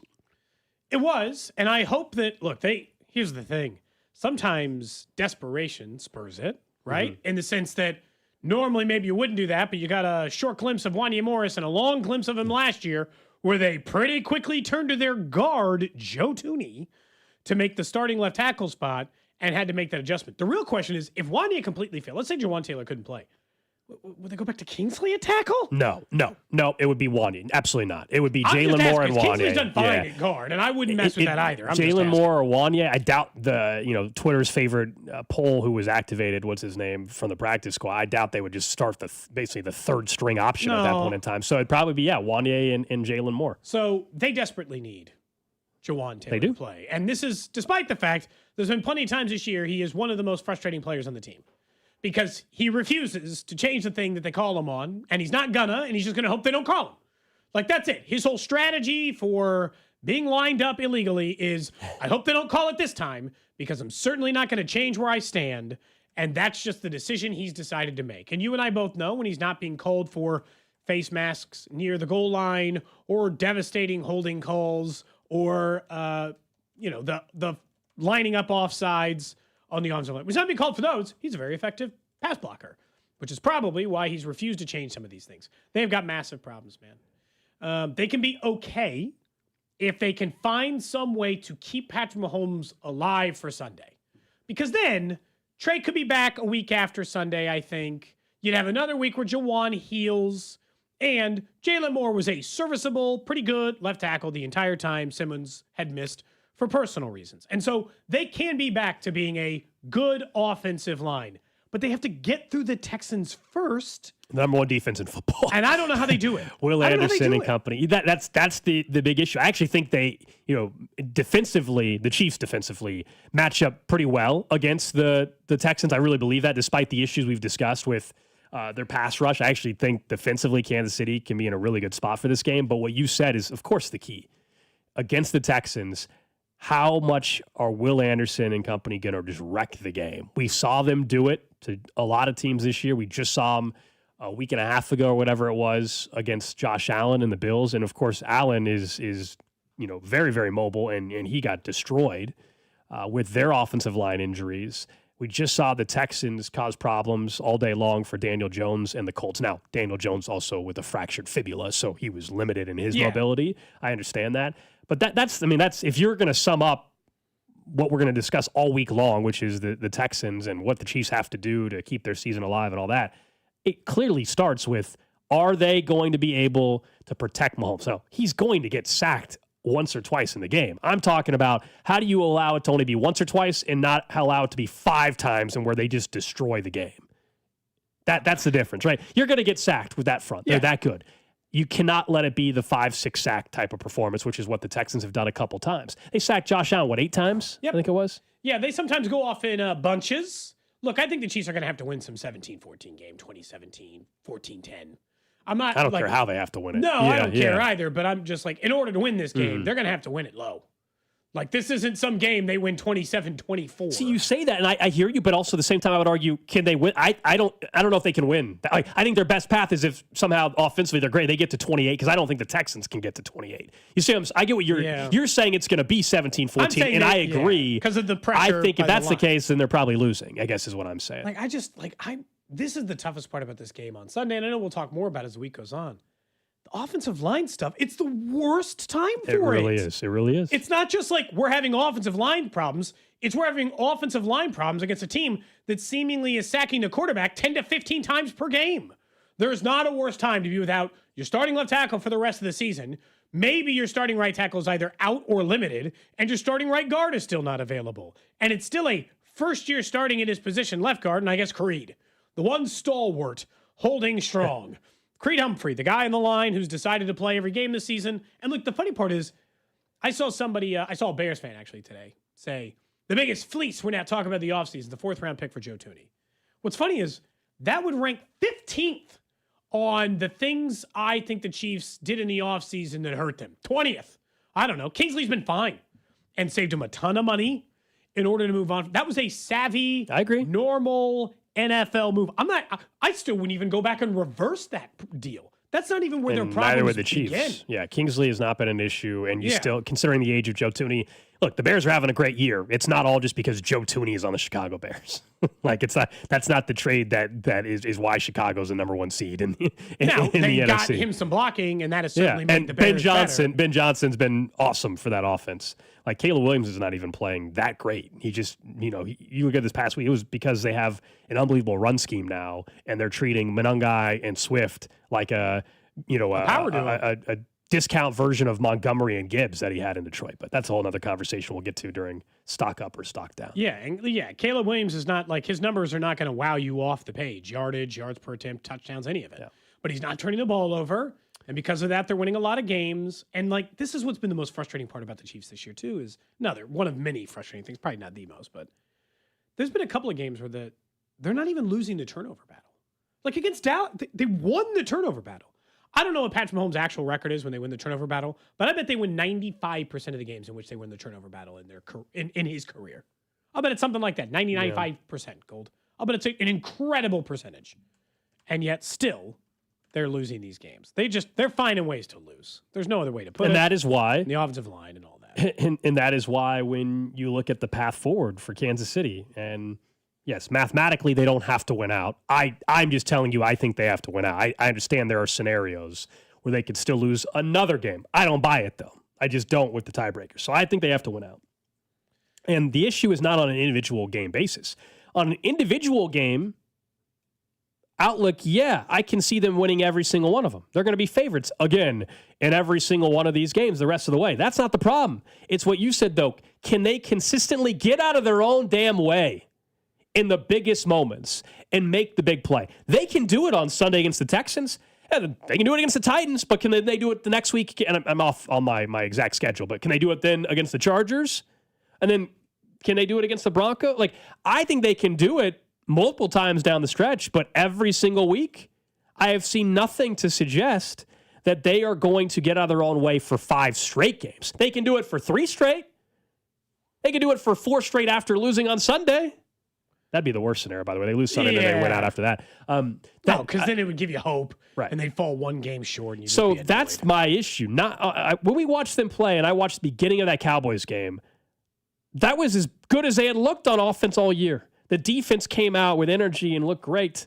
And then we all know how the rest of the game went. And then when they had to make the big play, and even when there's a gift of a fumble on the ground, this year they're just not around the football. And there's 3 Chiefs standing there. They let Turpin slide in and steal the ball instead. Look, I know in a weird way, I know it's wrong. But if you made me today say, are they making the playoffs? I'd say yes. And the only reason is Patrick Mahomes. But they've had him all year. I think, genuinely, I don't have a good argument to say yes. I can't come on the show and be like, hold on, whoa. Let me give you some stats for why I absolutely think no. I don't have it, other than they're a top 10 offense and a top 10 defense still. Mahomes is the number 1 EPA quarterback in the league now. That's why you use the word frustrating. That's exactly why it's frustrating.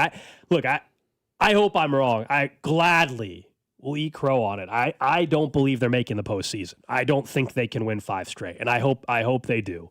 I just don't think consistency has been there for a 5-game stretch at any point. That's fair. And that's the challenge. And while the schedule is easier, the Texans game is tougher now than what we thought it was going to be 3 weeks ago. The Broncos game is tougher than what we thought it was going to be a month and a half ago. The Chargers, depending on this Herbert thing, we'll see. I don't know what to make of that. 2 weeks. So obviously the Titans and the Raiders they will win those games, but the Broncos, Chargers, and Texans, are they winning all 3 of those? If you made me guess based on the way this team's played, the answer is no. The only thing, and again, one more leg I maybe have to stand on here, Gold, is you and I would both admit this has been a better team at winning close games at home. They've been a better team at home. Those 3 games you mentioned, Texans, Chargers, Broncos, those are at home. All at home, yeah. The road games are against the Titans and the Raiders. And to be honest, if they're losing those games, we should just stop having this conversation right now and start looking at mock drafts. Right. And get to those things outside of there. So I don't think it's likely. I don't say it with any kind of confidence. It's just there's parts of this team that still work. And it's hard for me to get in this mode where I'm like, no, they're not a playoff team. Part of me is just I have a hard time believing it, honestly. And this will go back to, and we'll talk about this for sure at the end of the season if they end up missing the playoffs. What a massive failure this season will be. Yeah, you have Patrick Mahomes playing at a high level in his prime age for playing quarterback, and Andy Reid is still your coach, and you missed the playoffs? How? I would argue what that's did you screw up? Any year with Patrick Mahomes in which he's fully healthy and you miss the playoffs is a failure. It's plain and simple. Plain and simple. I think everybody in the organization, I would hope, in fact, I would hope, would agree with that. If, in fact, they missed the playoffs and you had a fully healthy Patrick Mahomes all year and a wide receiver room that's been healthy all year, Chris Jones been healthy all year, Trent McDuffie healthy all year. If all that stands true, and it is at this exact moment, then absolutely there is no reason to claim that it's not a failure. Now, they got 5 weeks to make sure it's not a failure still. That's the beautiful thing. They do have a chance still. But I just have not seen enough reason to think that 5 straight. Individually, sure. Yeah. Like, I actually think they could beat the Texans on Sunday, Cody, but the issue is, can they put together and get out of their own way against the Chargers a few weeks after that? I don't know. And someone's asking the text line, like, well, I don't know. Do the Broncos set their starters later this year? Well, that's not the last week of the year. Chargers? That's not the last week of the year. No, and they take on the Chargers for the last week, so that could have an impact on Kansas City. And the truth is, that's why you should be rooting for the Patriots to keep winning and the Broncos to keep winning. They're out of your class for a standing perspective. You want the final 2 weeks of the season to matter to the Broncos. You want them playing for the number 1 seed. You want them playing for something. Because the only 2 teams, and we talked about this earlier, the only 2 teams I think the Chiefs can catch are the Chargers and the Colts. The Jags are off that list now. They just are. They've won too many games. You're 2 games behind them and a tiebreaker. You're going to play 3 games better than them in 5 games? Don't think so. So, it's not plausible for them to catch anybody that they don't have a tiebreaker with. And at least with the Chargers, they can still catch up one of those games by beating them head-to-head. I'm not saying they will. This very well might end up just going down as a massively disappointing season. And you and I are going to be playing the mock draft sounder in January. No. When? Nope. When the Chiefs When you were gone, it got played one time when Bink filled in. Oh, my God, it did? Because their first one came out. Drew surprised us. Wow. Who'd they take? Well, they were picking 15th or whatever, 12th or whatever it was. So that'd be Christian Miller from Georgia. I'll tell you right now. If the Chiefs end up picking between 12th and 15th and do not take a defensive lineman, I'll finally be mad at Veach like the rest of you. If they do not take if they pick in the top 15 and that pick is not a defensive lineman, what the hell are we even doing here? What are you doing with that pick? Tell me one other position in which they should take with a top 15 selection on this team. This is why, going back to the McDuffie thing, or this is why, you have to explore all avenues to stockpile a few extra picks, I think, if you want to get this roster long-term heading in a better direction than where it currently sits. We'll get there if we get to that point, Cody. But I think there could be, if Jeremiah Love is available somehow, it would be very tempting. At 15 or something? It would be very tempting. Yeah. Someone says wide receiver room healthy all year. Yeah, Worthy missed, 2 games? Mm-hmm. Yeah. I would argue this wide receiver room has been very healthy. All 3 of them have been on the field. Every game since Rasheed's been back, all 3 of them, Hollywood, Rasheed, and Xavier, have been on the field. Yeah, so that to me cannot be used as an excuse this year. The wide receiver, Rasheed Rice was a suspension, but that goes back to him. That was a very selfish decision that hurt this team. There's no doubt. Now, but they still losing since week 7. They've been full go. Yeah, all 3 have been playing. Yes, so the wide receiver room. The wide receiver room, Someone says, I'm surprised Drew hasn't mentioned you guys may be wearing the Hooters outfit again for the 100th time. The bet has nothing to do with the Chiefs making the playoffs. The Chiefs can miss the playoffs, and we still could win the bet. The issue would be if the Bengals out of nowhere win the AFC North. They did get some help over the weekend. I knew you'd be excited about that. Well, but one of those teams is going to stay at least 2 games ahead of Cincinnati. Because they play each other this weekend. So. Look, Drew would agree. Cincinnati has Buffalo on Sunday. If the Bills beat Cincinnati, then I think will finally admit it's over. Well, maybe. If Cincinnati wins, then they're very much alive. The Bengals have to win every game the rest of the way. Yeah. If they lose, then it's done. But if they win, then it. I gotta say, the only reason I give Cincinnati a chance in that division is awful. I think 9-8 is what wins it. Ravens beat the Steelers, and then everything is fine. Until they lose to the Bengals again the week after. And then we're right back to it. Yeah. Oh, the Ravens play them after? Yeah.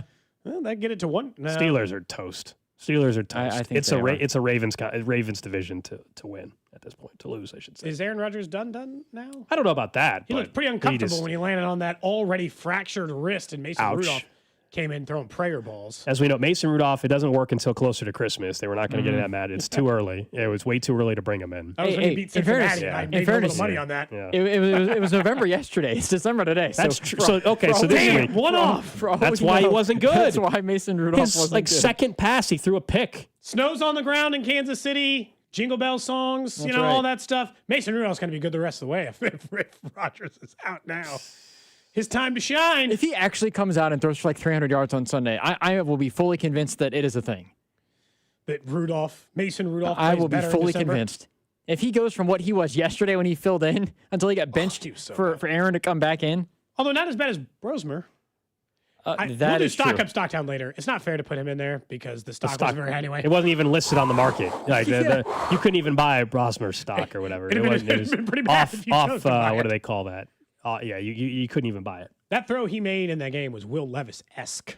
Yeah. I don't know what he They was had doing. Justin Jefferson as like the third emergency quarterback. They might as well at this should point let him play. Just give him the ball and just see what happens. He had 4 yards yesterday. 4? 2 catches for 4 yards. Justin Jefferson's going to want out of Minneapolis. They don't find a quarterback here pretty soon.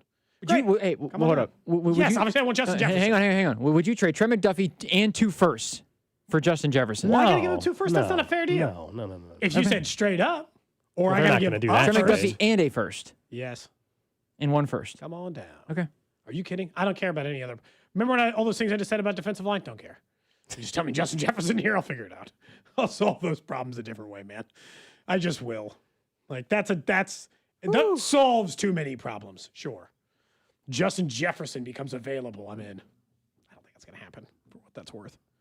I think the rest of the league, that'd be like when Randy Moss ended up a Patriot. There'd be a couple of seasons there, man, where that'd be pretty fun gold. Although, again, I don't think I have to worry about it. We can ask, maybe Andy Reid could ask about Justin Jefferson. Yeah, I'm sure. I'm sure that's exactly how the press conference is going to go. I will text Nate right now. Hey, man, do us a solid. Mm-hmm. Andy would be like, what the hell are you talking about right now? I got to ask real quick before we get to a break. In our folder, Drew, there's a drop, and Cody and I saw this, and yeah, there's a drop. And by the way, unless it involves unless there's cursing involved, you guys don't get to put drop, don't play over there just because it doesn't. Just because it's embarrassing. That's the whole point of the drop. We all we didn't delete me saying Tennessee cities. We bleeped it. Cities, we bleeped it. I mean, you put Logan drop, don't play over air. No, there's no reason not to play it. No, I didn't ask. I just said probably don't do it. If you want to play, there's nothing that's only it's only embarrassing. There's no cursing in it. Go ahead and Light play. or dark, I only care about meat in my mouth. He just doesn't like it, but that's what now? Light or dark, I only care about meat in my mouth. Look, Logan's got a drop now. That's it. Why does it say don't play over the air? I don't know. That's not how that works. No, I don't know. That's not how any of this works. Right?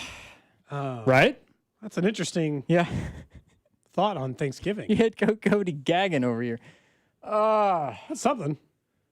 Taken aback. That's how I was. That's why I said don't play it. I was like, excuse me? It's not technically breaking I'm gonna any do you rules. Yeah, I know, but I was like, I'm going to do Logan a solid. You didn't do a massage. You still cut it in the system. You should have never cut it if you're trying to do a I needed to solid. save it. You know? Yeah, I mean, like you say stuff. I had a few inches to spare. We don't delete that. We leave all the those stay in there, man. God dang! It just stays in there. Anyway, up next, we're going to head out to Arrowhead. Going to hear from Andy Reid exclusively here on 96.5 The Fan. What's up, Kansas City? This is Bobby Witt Jr., and you're listening to Cody and Gold, weekdays starting at 10 on 96.5 The Fan. Brought to you by Heartland Men's Health, the leader in men's sexual health. Thousands of men have been successfully treated for low T, ED, and more, all with discretion and compassion. Make your appointment at heartlandmenshealth.com. Look, it could happen to you. 16 new students started their Centric journey. And before Centric, they were in the military, driving delivery trucks, I don't know, in weather like this, handling packages. I feel like a day like today, Gold, might be when you're thinking about that new career. And you can still continue the career you're in right now, right? You still got to support your family, but find that next path moving forward. You can do both because they have flexible scheduling, online, in-person classes. You can find a new career in IT in as little as 4 months. At Centric, your background doesn't matter. Your future does. Cybersecurity is the future. Let Centric make it your future. Book a call with our guy, Russ Mondry, today at Centric.com. Hey, Chiefs fans, Crown Royal is the official whiskey of the Kansas City Chiefs. And this season, it's not game day without the generous spirit of Crown Royal. Whether you're at the tailgate, in the stands, or watching from home, Crown Royal is the reason and the reward for coming together. Grab a glass with the Crown Royal rig at a stadium near you, because we'll be sharing the generous spirit with fans across the country. Crown Royal, fueling game day with a generous spirit. Visit www.crownroyal.com/Royal Rig for more on the Crown Royal Rig Tour. Please drink responsibly. I'm worth more. I'm worth more. I'm worth a lot more. And I completely agree. That's why I'll pay more for your car at GiveMeTheVin.com. That's the name of our new campaign. I'm worth more. You are worth more, and your car's worth more. And that's why I will pay more. And remember, if I don't beat the price on a CarMax or a Carvana deal, I'll pay you $100 at GiveMeTheVin.com. Sell us your car. GiveMeTheVin.com. So easy you can do it in your underwear. The NFL season is rolling along, and you're starting to get a better feel on who's a contender and who's a pretender, and you can make all your predictions over at FanDuel. The FanDuel Sportsbook app is your home for all your favorite NFL bets, from yards to touchdowns to who you think is going to win. With FanDuel, any play can be the play of the game. And tonight, FanDuel is giving all customers 30% profit boost token. That's right. You can get in on the action for 30% profit boost on this Monday night. So make FanDuel your go-to app for every snap. So whether you want to bet who's going to win the game, who's going to score a touchdown, or who's going to score the first touchdown, you can do all that with our friends over at FanDuel.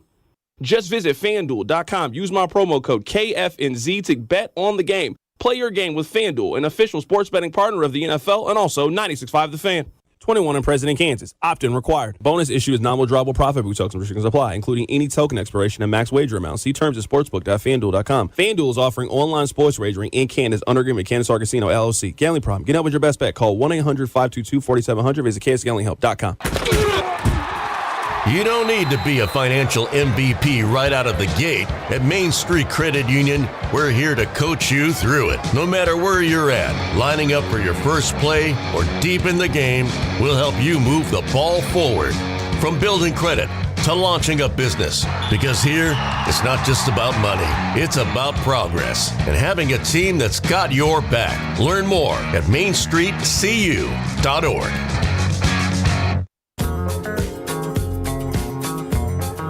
All right, let's head on out to Arrowhead. That's where Andy Reid will speak, brought to you by Arvest Bank. Believing in the power of serving others.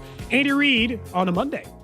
Working to get themselves healthy right now, so that everybody's in the process. Josh is getting a second evaluation on his wrist, and we'll just see what goes from there. And then the other guys, the Trays and JT, all those guys are improving as they go forward here. So we'll see how they do here in the next couple days. As far as the game goes, the obvious is the penalty situation. We got to make sure we take care of business with the penalties and keep working our fundamentals and techniques. And I'm not telling you I agree with all of them, but or half of them, but I will tell you that they took place. And so we're not going to use that as any kind of an excuse. We're going to work on getting better at what we do and can control. So, and then we'll take it from there. I thought the effort was good. I thought the guys that stepped in did a nice job on the offensive line. We had a couple, 3 guys that had played in there, that hadn't played in there, but had opportunities to play where they started, or a couple of them had to come into the game. But listen, they've all played in games. They've all started games. And so we've got trust in them that if called on here, they'll be ready to go. And still with all this, I mean, I know people are, people in media included, and I get it, but we're still in the mix right here, which is a great thing. And the guys, once they get back here, they'll be ready to go, and we'll head through the practice coming up and get ourselves ready to play against a good Texan team. And they are good. They're one of the top defenses in the National Football League, top third down defense in the National Football League. So, and they've got a great defensive front and so on. So but again, we get ourselves ready to play, and that's our primary focus. We're fortunate to play here at home at GH Field at Arrowhead Stadium with our fans, and And we know we tighten up a couple of things here. We're right there to put a push on here these last few games. So, anyways, with that, time's yours. You're listening to Andy Reid's press conference here on 96.5 The Fan, KFNZ, FM and AM, HD1, HD2, Kansas City, and Odyssey Station. Coach, fair to say that Wanye Morris is the second swing tackle up, and if it did come to him, just confidence level and what he can do. Yeah, Wanye went in and had a chance to play in the game, and I thought after the first couple of plays, he really settled in and did a nice job there. So we should. But yes, I mean, he would be one of the potential guys in there. And then I guess the other thing is that a lot of times in these tough times that you point to the fact that, you know, the system, the offense and the defense are close. I guess, do you feel that way now? And I guess what tells you that? Yeah. So Pete, you're 1 or 2 plays away, and that's what this game is. I mean, you look at our season, we're 1 or 2 plays off, and we've got to take care of that, whether it's a penalty at a crucial time, possible turnover somewhere, or having a chance to create a turnover. We're right in position where if we can figure out those 2-3 plays, you flip this around. I mean, you're talking 3-point game, 1-score games here that we're dealing with. So, but you've got to do that, and you got to figure that out, and that's our challenge as coaches. We got to make sure we're putting the guys in the right position. Got to make sure we're mentally prepared to play 4 quarters, and then have a positive attitude. You're not going to hear a lot of positive from the outside coming in, so you got to make sure that you understand where you really sit and the opportunities that you have sitting in front of you. And I know our fans understand that. I mean, you guys understand it. You're here, but you know that there's still opportunities.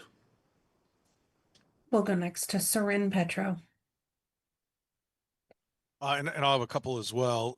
Coach, you've said a number of times, but a couple of things.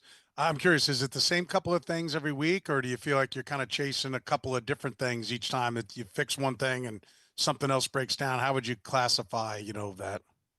Yeah, well, you got to take care of the holding calls on the offense. So we've got to make sure we take care of that part. And then on the defensive side, when we have opportunities there, whether it's third down to get off the field, you got to get off the field. So those are things that we can work through. Guys are pushing through some things. George is out there busting his tail. Now he's got the bad hand and he's trying to work through that and get that taken care of. But he, a fumble that might be right there. Well, make sure you're following the play, you get on the play, or an interception that goes through your hands. Make sure we squeeze the ball. So those are things we can take care of. Those are things that we control and we take care of. So I think we can pinpoint the things that are going on and work on them and fix them. What about drops? I know you had a couple that resulted in big interceptions early on. You had a couple in this game that were critical moments. Is that highlighted just because you're not coming up on the winning side, and maybe we as media, you mentioned media, fans, coaches, we kind of forget about it when it's a win, it just kind of fades away, but it stands out more? Or do you look at, I know you guys chart all that stuff, do you look at it and say drops are a bigger problem for us this year?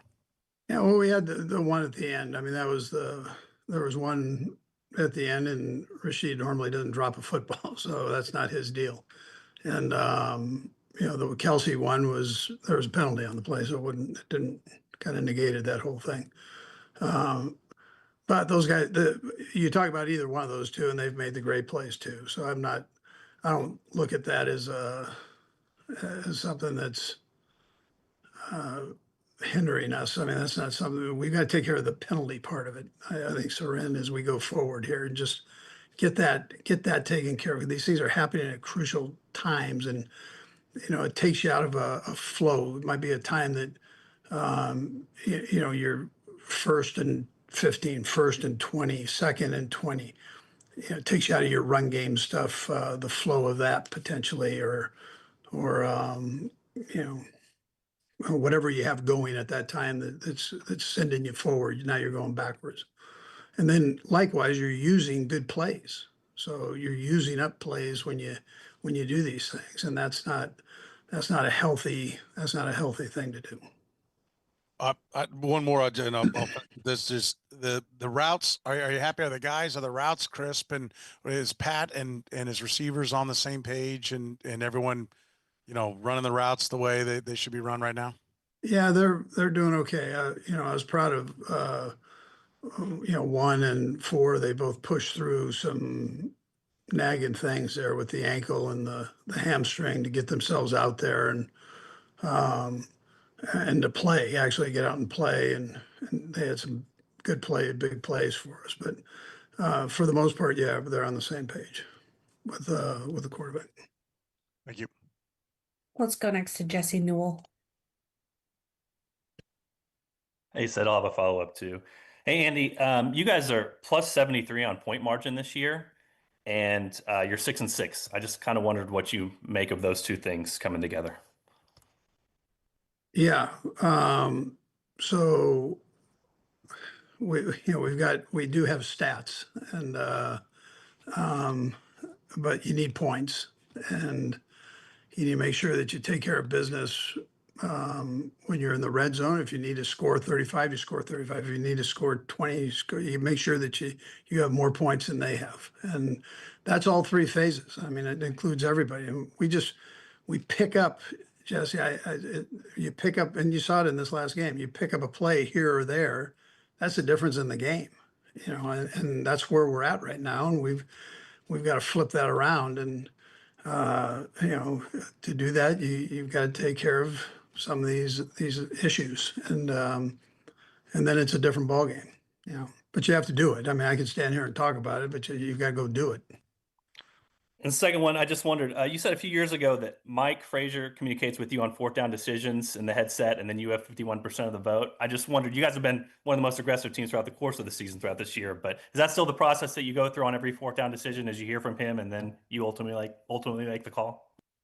Yes. I mean, he and I will talk during those or before those take place, or even before the game. We kind of go through all that during the week, So Frazier and I have a long meeting on Fridays, and just where he and I go through situation stuff and where we need to go with it. Let's go next to Vahe.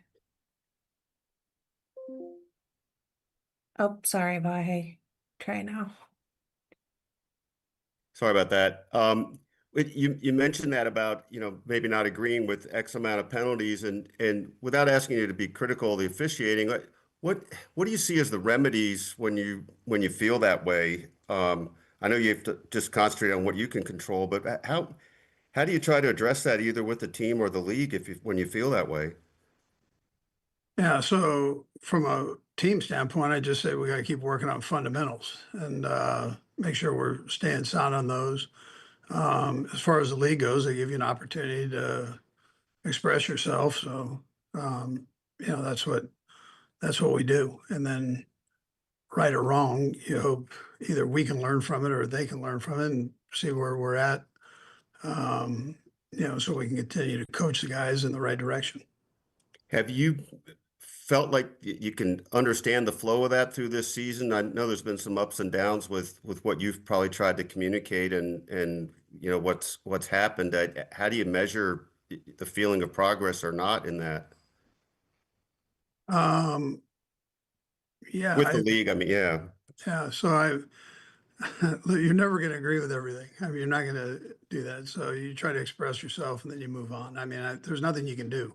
There's never been a call that by me griping that gets changed. I mean, that doesn't, but you just hope that between the two parties, you come together and you can figure out what it is, like from a coaching standpoint, what I can tell my guys. And then two, maybe it can help an official. So, I mean, that's I found over the years, that's probably the best way and the only way to get it done. Thanks, Andy. Let's go next to Matt Derrick. We got 2 left. Go ahead, Matt. Hey, Coach. Kind of piggybacking a little bit on what Jesse was talking about as far as the point differential. You look at the drive statistics, your offense is number one in the league in a lot of categories, number two in scoring. The defense is top 10 in a lot of these categories. How do you reconcile that? How do you sit back and look at this and say, how does this team end up being 6-6? Yeah, Matt. I mean, it's like, I'm telling you, it's a few plays there. That's what it is. And penalties are killers. And you want to create turnovers on on the defensive side. And when you have opportunities to do that, you've got to capitalize on them. Third downs become important, both sides of the ball, how you handle those.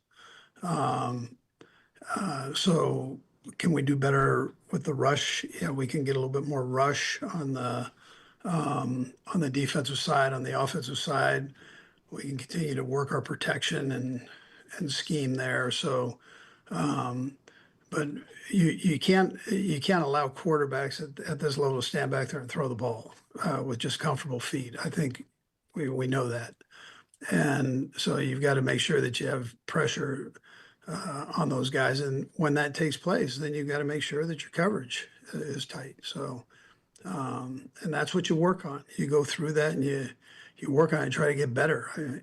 You see teams 2 weeks ago, you looked at the Dallas Cowboys and you kind of went, they're just playing okay. 2 weeks later, they're playing good football. And so these things change quickly in this league, one way or the other. And so you've got to keep going forward and try to eliminate some of the things that are taking you backwards and do it with a positive attitude. It's the only way to go. I'm sure you've looked at the standings. This isn't your first rodeo. You know that you pretty much have to win the next 5 games. If you lose one, you're going to need a lot of help to get into playoffs. What's your level of confidence that things can start going your way and that you can win these next 5 games in a row? Yeah, well, I believe that. I mean, I believe if you're coming to me on this, Matt, I'm telling you, we're going to go after you every game. And, that's how we roll. We're going to try to tickle your tonsils on every play, every game. And, but that's the attitude that we're coming in with. And then you let the chips fall where they may. But at the same time, you got to make sure you take care of the small things here that we've got rolling. We've got to make sure that we get rid of some of these mistakes. But there's not a game that I go into that I don't think we're going to get after you. Thanks, Coach. Thanks, Matt. We'll go next to Todd Lebo. Coach, I just wonder, for the last, however many years at this point of the year, you guys have probably had to find ways to coach and motivate a team that's kind of winning all the close games. What's the challenge like just for you guys as a staff to be dealing with these kind of things at this point of the year? Is it a little more challenging than years past for you guys as a staff? Listen, every season is different. And this is a sport of challenges. That's what it is. It's probably a microcosm of life as you look at it. I mean, there's always challenges. And so to win a game in the National Football League, there's such a small margin between winning and losing that every week is a challenge, a major challenge. That's the way you have to approach it. And then you have to be ready for it as players and coaches. You got to be ready for that. And then when given opportunities, you got to take advantage of opportunities. Thank you, Coach. That's all we have for today. All right, that was Andy Reid speaking to the media. You'll have to beg our pardon for sorry, we were chuckling laughing about something that was said during the press conference, among many things from one Andy Reid. I don't know if do we have that yet? Yeah. Well, we're going to try to tickle your tonsils. Okay. Wow. Wow. Drew, when's the last time you tickled somebody's tonsils? I don't even know what that means, to be totally honest with you. I wouldn't look it up on the work computer. Yeah, don't Google that. If that would help you. A couple things. Go ahead. So yeah. first off, come on, Andy. This is really small, and unfortunately, because the team isn't playing well, it doesn't actually impact the way they play. Somebody who works in public relations for the Chiefs, has to tell Andy to tell him to stop saying clean things up. Because while you can't say things that are going to make fans like okay after losses or feel good about it, you can't say the thing that's actively pissing them off every time. So like just avoid a couple of the things. Like 1 or 2 plays, got to clean things up. Like those phrases, those idioms. I think every coach has that, though. Yeah. I think every coach. I don't disagree. It's frustrating to hear as well. I don't want to hear it anymore. I get it. I don't know if it really changes anything. Now, I will say he's correct, though. It does feel like why the season is frustrating. There's 1 or 2 plays. Now, I don't need to hear like we're going to clean it up and clean up the penalties because that has been an all season long thing. Yeah. But I do think the notion, though, Cody, that how can you be so good in all these different areas statistically? As he said, they have the stats. We do have stats. They do have stats, but the wins aren't there. It means in the biggest moments, 1 or 2 plays, they aren't making them. I think that is true. The clean stuff up thing he's been saying for years. But it's like we got to go back. Yeah, and like you don't notice it until they're losing, and then you're like, I don't want to hear that sentence this week. Yeah. Just take a 1-week hiatus of clean things up. We'll all feel better. That's all. That's a small thing. That's not even important to the win or loss part. But there is a part of like we got to go back to our fundamentals and we got to coach those things up. It's too late. Like here's the thing about like we're just going to solve all the things we keep screwing up. Now there's 5 games left. You're telling me now you can sit in on practice on a Wednesday afternoon and convince this team to stop making mistakes? That seems unlikely. You're just going to have to win these games despite those. And so that means to me better game plan, better planning, getting ahead. Some more aggressiveness so that you can overcome those mistakes, not more conservative. But like the drops in the penalty, the drops in the penalties, that is going back to being a disciplined football team, being accountable, that kind of stuff. That's what has happened throughout the entire season. Like this idea. I mean, we could go back through. Drew could spend probably 2 hours going back through. And going back to the press conference on Monday after the Eagles lost, the press conference after the loss to the Jags, and how many different times do you think Drew would uncover that the same thing was said? So it is what it is. Like, we got it. We're working on. We know we got to clean it up. Philly. Yeah, it is what it is. But like and I get it because we all. I do 20 hours of radio a week. I've seen a million texts of the things that I say. We all do that. Yep. You say over and over again the things that we clutch to. True. When we don't have stuff to say. But saying we're 1 or 2 plays away and that's a difference between win or loss. Yeah, that's the NFL. The question we have for you is, are you going to stop relying on the people that have continuously made those mistakes? So now they don't have a choice with Jawan Taylor. But that was one of those players that for a long time when you had options, he kept screwing it up every week. And you didn't hold him accountable. You weren't doing anything in a meeting that was convincing him to stop doing it. Shamari Connor keeps getting cooked. You're not like switching to a different safety or trying someone else. You are sticking with the same methodology, the same system. It just feels like you're doing the same thing and hoping those 2 or 3 plays go different. Not doing those plays differently. And that's where like the clean things up things feels like you're not actually trying to fix the problem. You're just hoping that it fixes itself. Yeah. That's not a solution. Is that for? I don't know if you guys felt this way.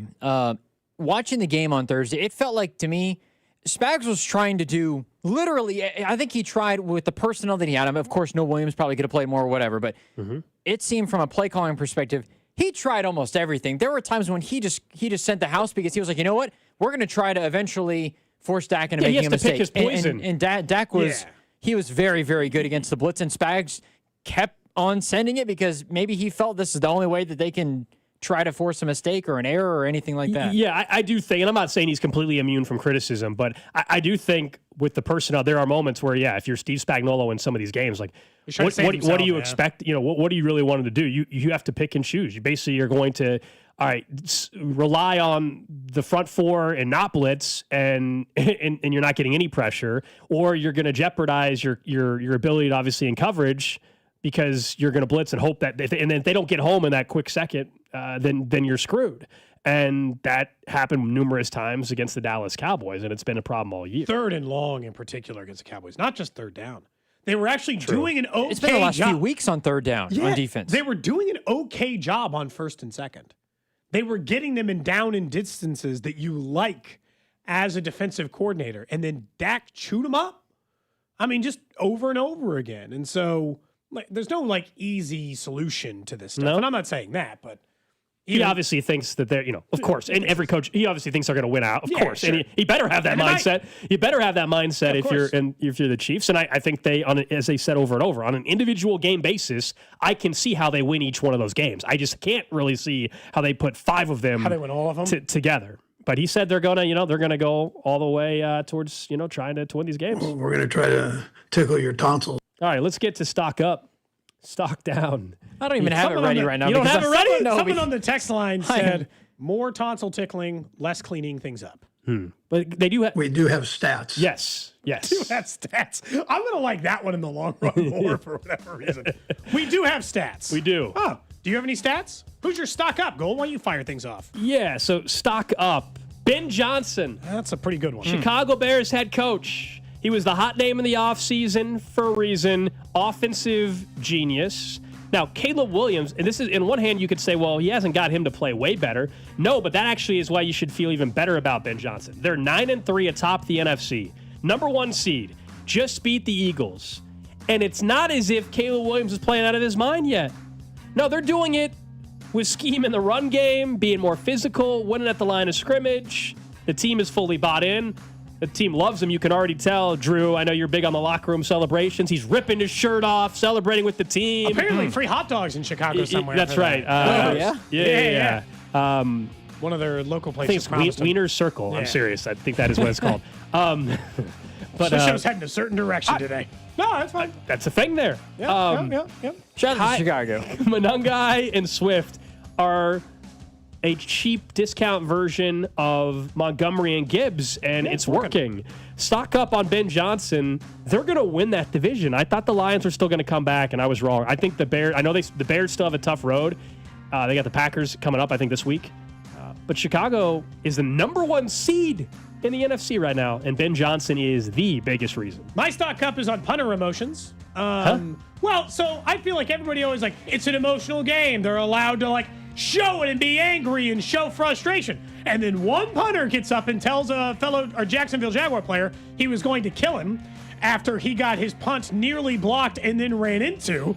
And all of a sudden, we're acting like it's a big deal. Seriously, Julius Chestnut, who almost blocked a kick from the Titans. Julius Chestnut? He is a running back for the Titans. Okay. He tried to block a kick. He got called for roughing. He tried to block a kick, rolled into the punter, and he said, when Logan Cook, the Titans punter, stood up, he looked him down the eye and said, I'm going to kill you. Okay. After running into him as a kicker. Oh, my gosh. gosh. Everyone else is allowed to be emotional, but not the punter. Stock up. Punter emotions, They care about the game, too. Drew? My stock up is Bryce Young again. This has happened a couple of times. He outplayed Matt Stafford yesterday, and the Panthers got that big win. Not that it means that they're going to go to the playoffs for sure or anything like that, but now it feels like the Buccaneers at times they ended up hanging on against the Cardinals, but that NFC South is a little bit more vulnerable. Maybe Carolina can get some help in the way that they're playing. At least it looks like Bryce Young is continuing to show more consistently that he can be a starting quarterback in this league. I think it's encouraging for Carolina. Clutch game-winning drives. It's been, go back to last season, he's been consistent at doing that. Been impressed. Still, I think at times can turn back into a bit of what he was his rookie season. But yeah, they are not an easy out right now, and that was a really, really impressive win for Bryce Young and company. But yeah, that's like the second or third time. Is it enough to get him paid? Seeing this? I mean, everyone gets paid. Probably eventually. going to end up getting paid. Probably. Yeah. Every quarterback eventually gets paid, and he was the number How one about Dave overall Canales? That's who should be getting some love too. Yeah, That coach doing a nice job. The entire team. Remember, he got like a 7-year deal or something because nobody wanted that. The Panther old job. Bucks OC. All right, stock down. Today it's snowing outside. We can all see this. It's still snowing. My goodness. People's ability to drive in the snow for the first time every year. Stock down on this. It happens every year. We've all, most of us, we've all lived in Kansas City long enough. But for whatever reason, the first snow of the year, people just forget some of the precautions you have to take when you're driving. Leave a little earlier. You leave maintain a little momentum. earlier. Give yourself plenty of time to stop. A little more space between you and the vehicle in front of you. Just basic stuff. And we forget the first snowstorm. And this is like a 4-inch snowstorm, And people seem to just forget everything they've done for years and years and years driving in the snow on days like today. Every year it gets worse. You know, the younger generation doesn't like to drive as much. You think it's bad now, just wait. They don't like to drive anyway. Oh, gosh. My stock down is on Aaron Rodgers' long-term friendships with possible Steelers teammates. Not about the team or the player. That stock's been driving down for a while. But just the fact that every single time something goes wrong, Aaron Rodgers is the first person, not to say he did something wrong, but to point out all the wrong everyone else did.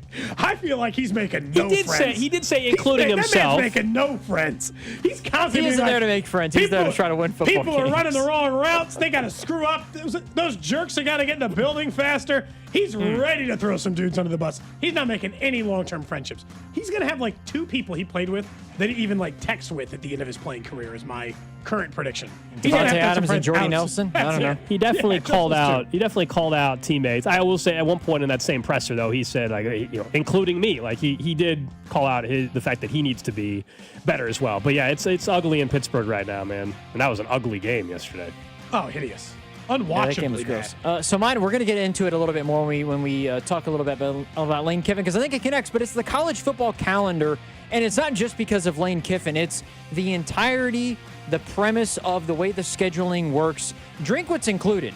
We wouldn't be having this conversation during the season if the schedule was different, where you could negotiate and the negotiations couldn't happen until after the postseason. Players wouldn't have to transfer in the middle of the playoff or any of that. Just wait till the end of the postseason to do the coaching stuff, open the portal in February, and then we can at least finish the season out the way that it's supposed to. We will get back into that, as you said, in just a second. Stock up, stock down here on Cody and Gold. On Mondays, don't forget our lunch partner, 30 Hop, $5.99 classic burgers.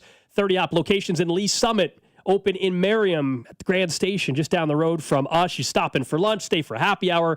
30hop.com. That's 30hop.com. Local beer, American Eats, Big Patio. Let's talk about Lane Kiffin, who had the entire sports world basically in the palm of his hand for 48 hours, if not a full week. And the random question of the day. Next. Listening to Cody and Gold, weekdays 10 to 2, right here on your home for K-State Athletics, 96.5 The Fan. Brought to you by Heartland Men's Health, the leader in men's sexual health. Thousands of men have been successfully treated for low T, ED, and more, all with discretion and compassion. Make your appointment at heartlandmenshealth.com. Man, Synergen X and Low T Center have clinics all over town, and you go to any one of them and receive care. But they also have an app where you can have those virtual visits. You get to choose between on-site or in person. In the on-site lab, all you got to do is pop in there for that first visit. Easy, on-site, get 20 minutes, and then get your T results and find out where you are. Because if you haven't been feeling your same, maybe you get more tired or tired faster shoveling the snow like later today, or you just don't feel like you've got the same energy, you don't feel yourself. All of those things can be a sign of low testosterone. And a free TRT test is available at Synergen X and Low T Center. Like I said, with the new mobile app, it's easier to meet with the provider through telehealth appointments, if that's the route you go, after that 20-minute in-person appointment. I cannot recommend it enough, and your family and friends will thank you as well. So don't wait and get started over at Synergen X and Low T Center. The best you is waiting, and it starts with a simple and free TRT test. Book it at bookmylowt.com. Inside the Huddle is brought to you by Blue Cross and Blue Shield of Kansas City. Discover the benefit of blue. Around here, we've got each other's backs. When it comes to health insurance, we want that same kind of support. Blue Cross and Blue Shield of Kansas City gets that. They're from around here too. Backed by the national strength of the Cross and Shield, they help you make confident choices, no matter where you are. Blue Cross and Blue Shield of Kansas City. From here, for wherever you are. That's the benefit of blue. BetMGM is now available in Missouri. The wait is over, and BetMGM, of course, I said it, is now available in Missouri. Sports fans in Missouri can sign up for BetMGM and get up to $1,500 paid back in bonus bets if their first bet loses. Enjoy a betting app that was designed for game day with features like live bets, same-game parlays, and BetMGM reward points. Plus, be on the lookout for surprise boosts dropping in your account all throughout the season. Sign up now for BetMGM and get up to $1,500 paid back in bonus bets if your first bet loses. BetMGM, it's everything a sports fan could want in one app.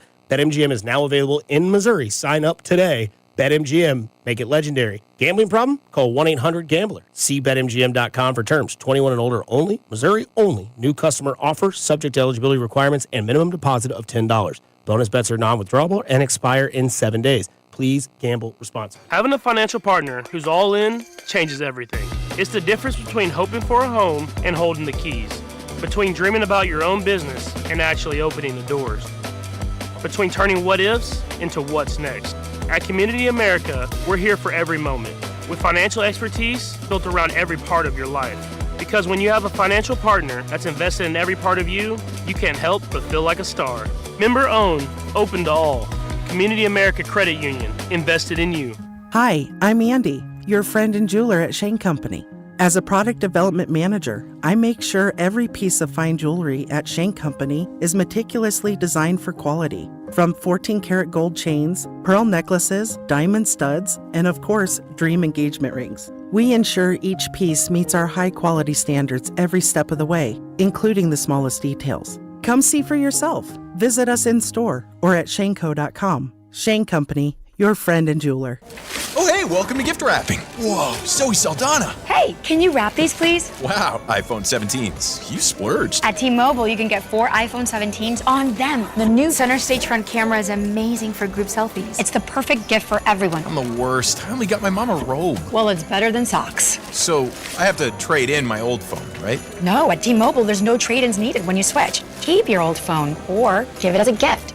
Incredible. In fact, wrap up my old phone too. For my Aunt Rosa. Forget that. Aunt Liz will be jealous. Sounds like my family. Drama. Oh, I got it. I'll give it to my abuela. I'll take reindeer paper with, hey, where are you going? To T-Mobile. The holidays are better at T-Mobile. Get 4 iPhone 17s on us. No trade-in needed when you switch. Plus 4 lines for just $25 a line. With 24 monthly bill credits and 4 eligible port-ins on essentials for well-qualified customers. Auto pay plus taxes, fees, and $35 device connection charge. Credits end in balance due if you pay off early or cancel. Contact us. Finance agreement 256 gigabytes, $830 required. Visit T-Mobile.com. This is the story of the one. As the purchasing manager at a manufacturing plant, she knows the only thing more important than having the right safety gear is having it there when you need it. That's why she partners with Grainger for auto reordering, so her team members can count on her to have cut-resistant gloves on hand, and each shift can run safely and efficiently. Call 1-800-GRAINGER, click Grainger.com, or just stop by. Grainger, for the ones who get it done. O'Reilly. Cleaning your fuel system can help your engine run better and improve gas mileage. Visit O'Reilly Auto Parts and pick up a bottle of Chevron Techron Fuel System Cleaner on sale now. Buy one, get one free, plus get 2 times O-Rewards points. Just add it to your tank during your next fill-up. Stop by your local O'Reilly Auto Parts store for details. O'Reilly Auto Parts. This is the story of the one. As an HVAC technician, he and his digital multimeter are in high demand. So when a noisy office HVAC turns out to be a failing blower motor, he doesn't break a sweat. With Grainger's easy-to-use website and product information, he selects the product he needs to keep everything humming right along. Call 1-800-GRAINGER, click Grainger.com, or just stop by. Grainger, for the ones who get it done. Honey, that flu keeping you up? Did you take NyQuil Intense Flu? Nah, I got this.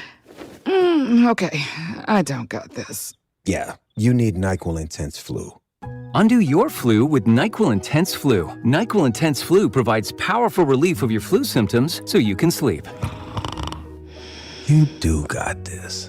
NyQuil Intense Flu. The nighttime sniffling, aching fever. Best sleep with the flu medicine. Use as directed. Keep out of reach of children. We all hear the radio ads about the IRS. They tell you to be afraid, to be scared, and they try to frighten you into calling. I'm not here to do that. Tax Relief Advocates is different. TRA is here to tell you that if you owe money to the IRS, whether it's $5,000, $50,000, or $500,000, we have a solution. It doesn't matter if you're sitting in your car, at work, or with your kids. No matter where you are, call now. 800-575-9834. Don't lose hope. TRA can eliminate or reduce what you owe to the IRS. Generous programs are now available that can give you a fresh start. Our passion is taxes and helping individuals fix their IRS problems. We have over 1,000 5-star reviews on Google and an A+ with the Better Business Bureau. You don't need to be afraid of the IRS any longer. End your tax nightmare today by visiting us online at TRA.com or call 800-575-9834. That's 800-575-9834.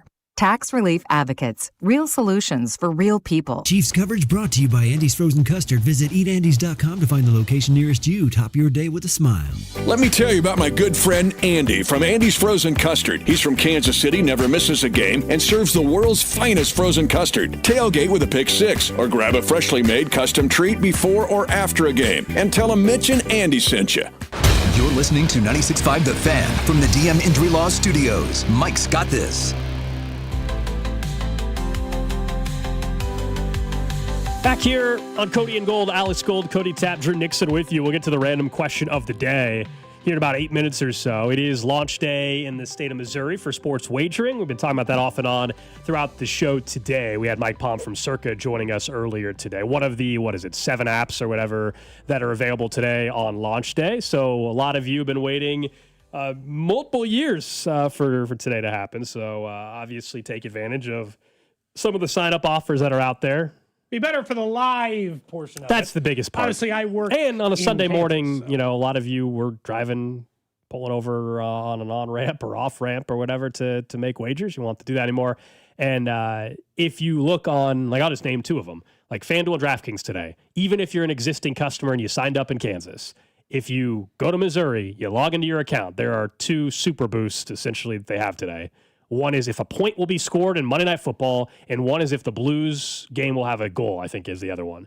And it's not often you can say no, it's free money. But I Alex Gold can say that, even if maybe I'm not supposed to. Maybe they're not. You're saying it's pretty much. Yeah, unless for the first time in NFL history, a game's going to go 0-0. They're giving you $50 in free money today. And then they're hoping you'll, keep it there and keep betting, or just think of them the next time you get in the action. So lots of chances over there, obviously. And officially up and running in Missouri.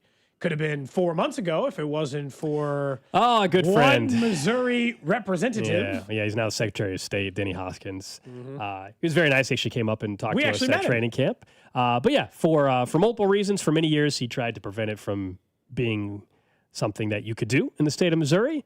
And you're right. He's then delayed it back in September. And here we are. It doesn't matter anymore. I got to say, in the same strip mall as my daughter does dance. Yeah. One of those, I don't understand how they work gaming parlors opened up. Oh, like the gray machines? Yeah, but it's like a whole strip mall, essentially shop front with it. It's not a casino, but it's clearly just a bunch of those slot style or pull tab those are the gray machines that are all in one place together. I'm like, this is legal?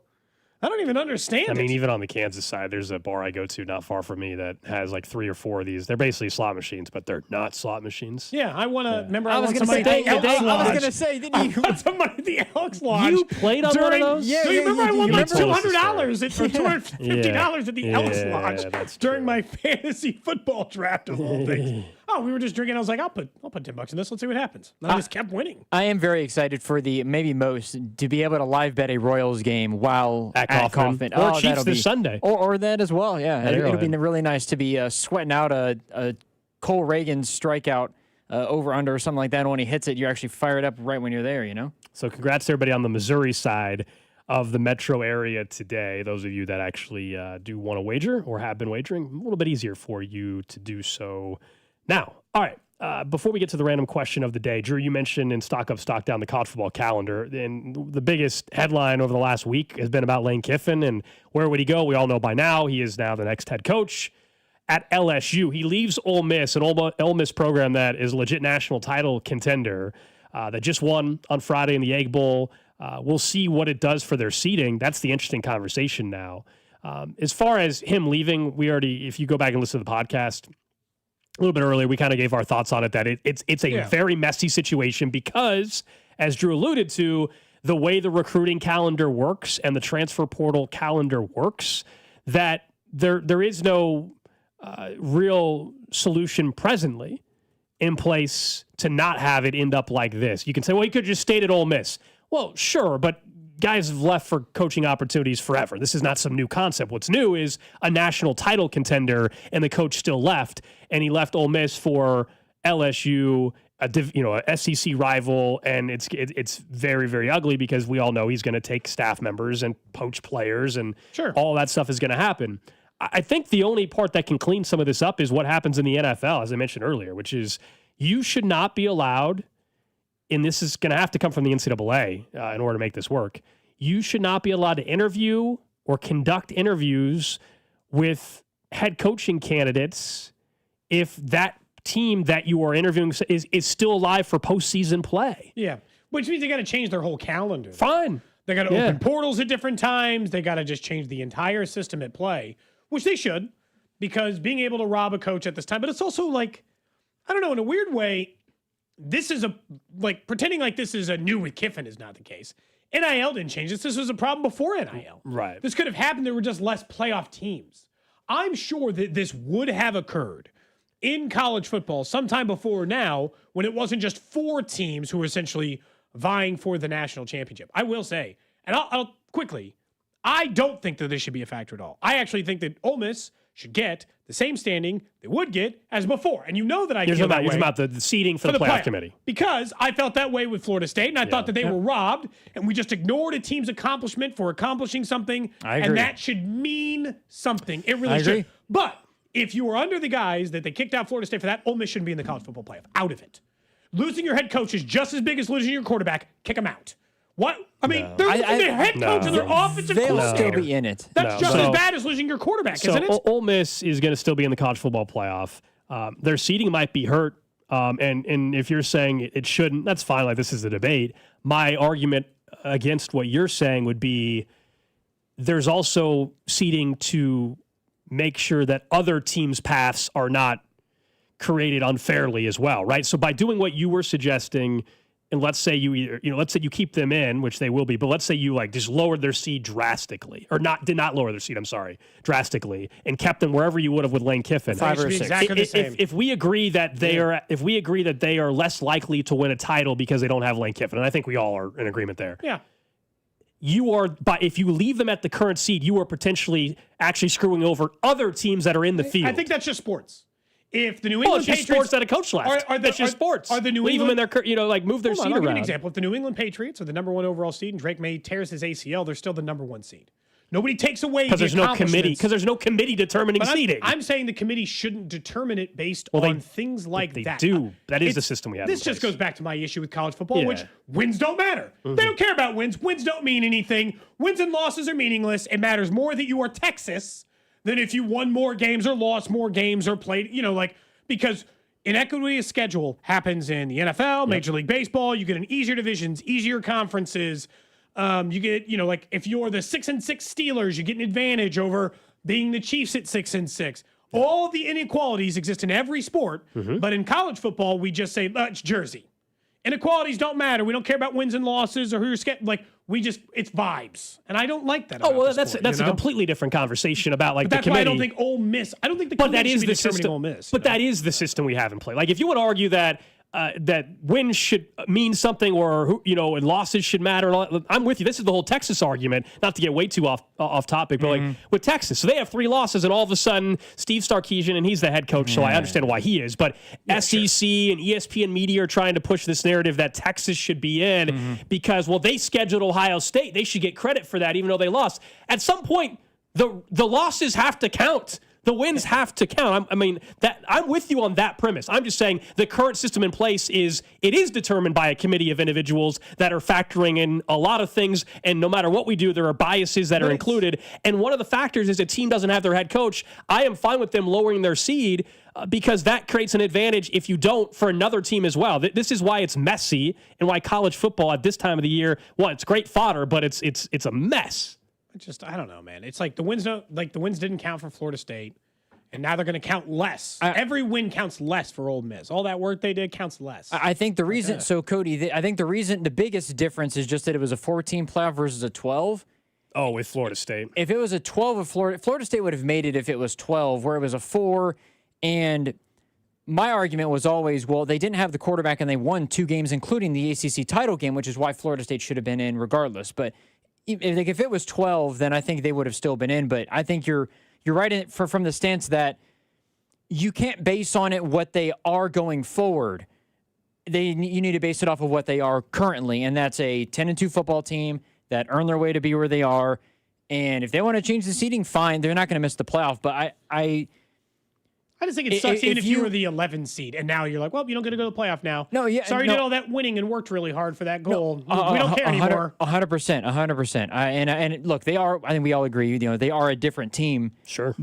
And this is something that I'm not excusing the way that Lane Kiffin kind of did this, because he did it in a way that wasn't necessarily the way that I would have done it. Lane Kiffin is who we all thought he was. He's the same guy that he was at Tennessee. I do think, and this is something Coach Saban has talked about and Kirby Smart has talked about, is the way that the system is, it favors, obviously, players the least, but it doesn't favor coaches from the standpoint of the decisions that they have to make, where Lane Kiffin really, he had to make a decision before the playoff happened, because if they didn't, then LSU either could have gone somewhere else, or by the time he gets to LSU, if they make it to the semi, let's say they make it to the semis, he's joining in the middle of the portal window, and it's just chaos, and you can't recruit players or bring players over. Adult decisions have consequences. There's pros and cons to every decision we make, right? But this is evidence, I think, that it needs to all be solved where you wait until after the season's done on January 20th or whatever it is.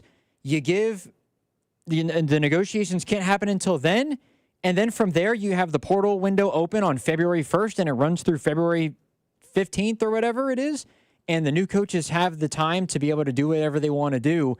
And it allows for the coaches to still coach, the players to still play, because that's where this kind of started, was Bo Pribula opting out of the game, of the play for Penn State. True. If Drew Aller got hurt, they wouldn't have their backup quarterback because of the way the calendar works. It's the dumbest thing. And that's the fix here. If there is any fix possible, or at least that's the only way it makes the most sense, yes. Not a complete fix, because I think there will be some other scenario that comes up. But can we make this a little bit better for everybody involved?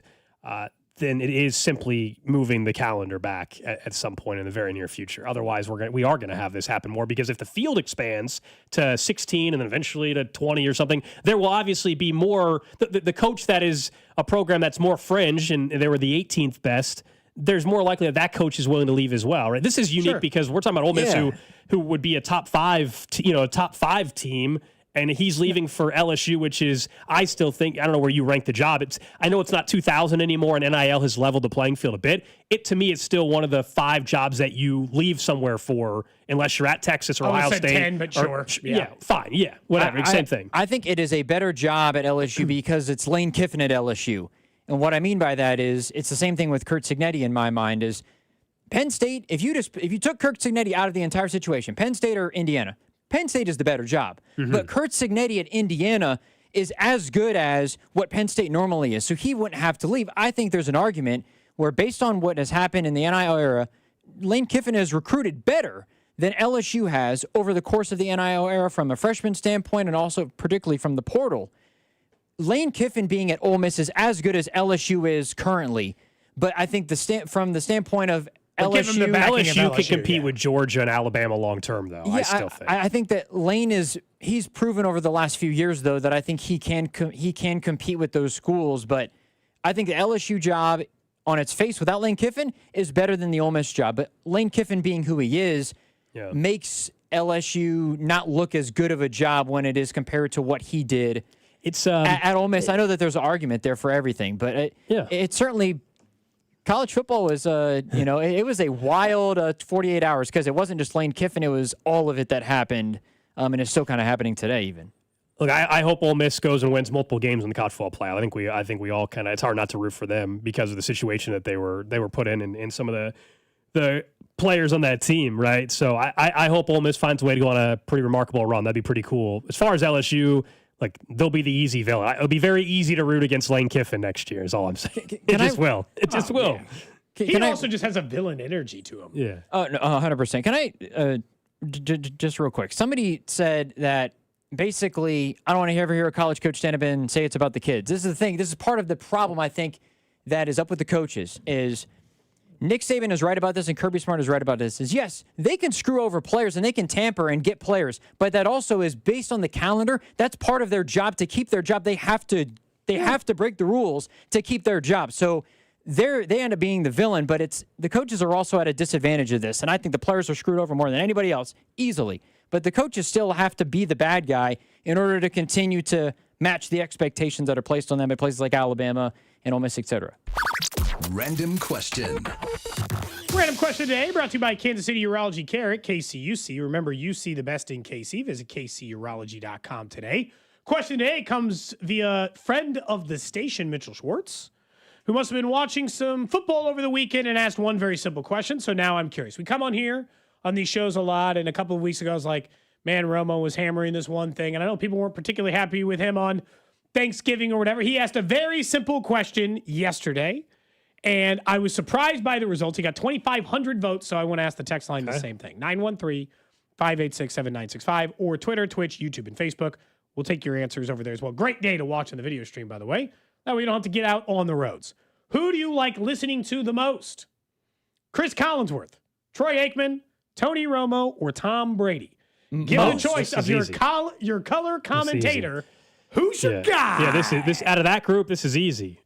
Chris Collinsworth. Yeah, I'm a Collinsworth guy out of that group for sure. Okay. If I had to rank it, he finished second, by the way, in Mitchell Schwartz's 2,500 votes. I think Collinsworth would be 1. Brady would be 2. Aikman, then Romo. Okay, that's your 1 through 4. Drew, what's your answer for number 1? Is it Collinsworth too? Yes, and it has nothing to do with him being a former Cincinnati Bengal. It has everything to do with his commentary compared to the rest. He's been out of the league so long, I don't even think about him as a former player anymore. I've only known him as a commentator. I think he's very, very good. So he's gotten a little snippy about the PFF stuff, and so that's getting a little old. Okay. I got it, Chris. You work for Pro Football Focus. You don't have to defend it at every corner. Last night he was saying Mariota. Very weird. Yeah, it was very weird last night. Softened the mind a little bit, but I got to take him over Aikman, Romo, and Brady, don't I? Anybody that says Romo number 1, who are you? Is he a distant cousin? A family member? Has anybody texted Chris Romo? No chance. Yeah, there's no way Romo's number 1 for anybody on this. I can see. It seems universal of Chris Collinsworth over on the text line. Aikman, and that's what there's like Aikman and Brady. I would have swapped on the list. I could have heard an argument, but I think Romo is last. I know some people don't like Aikman. I actually think he's very good. He just sometimes annoys people too. So here's the thing. I think if you had just forgotten, and part of it was like with our own Josh Briscoe, he'd gotten into it a little bit over the Mahomes stuff. If I just ignore, let's take the personality flaw of Troy Aikman, that is, he is very sensitive about his playing career. He thinks he is one of the all-time greats, and he does not particularly care for, in a social setting or in a radio setting, being questioned on his greatness. As a broadcaster, I actually think Aikman might be the best out of all of them. Yeah, he's very good. I think as a broadcaster, really, really Aikman is very good, and he'd probably be my second selection. I don't think Brady's a very good broadcaster. I think Brady knows what he's talking about. I think he stinks as a broadcaster, and he's got some, and he might get better, but I don't think he's very good. I think he's better than Romo now. Romo has gone downhill. I agree with you there. Like, it was fun at first. So Romo's dead last for all of us. It was fun at first with Romo, right? It was fresh. It was new. He's guessing the play. Oh, my God, he's making noises. And now it's like, okay, all right, the shtick got old very quick. And now he's also just incorrect by a lot of stuff. So we can agree that he's 4. Yeah. I think he's on 4. Our list. We got finally Lance over there. He'll take Romo 1. We found 1.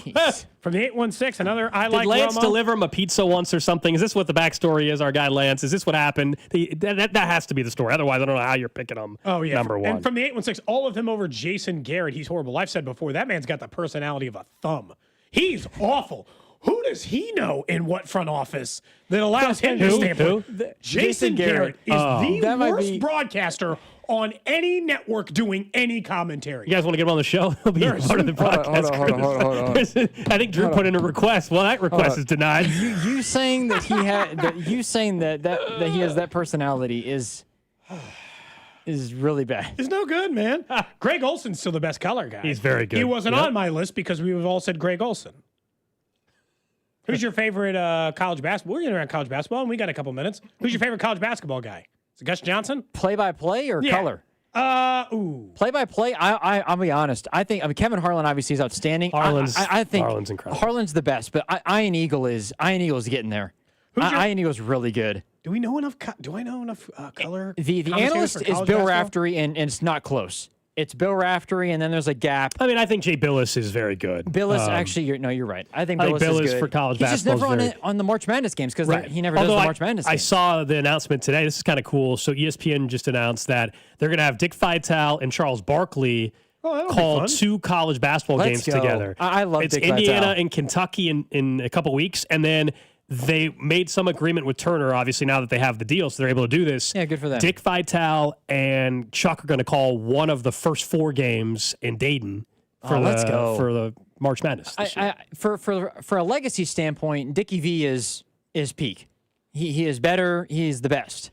Hey, guys, I think Tony Romo texted into the show from the 913. Nobody really cares what you guys think. How about a poll on who thinks you're good? All right, rank us.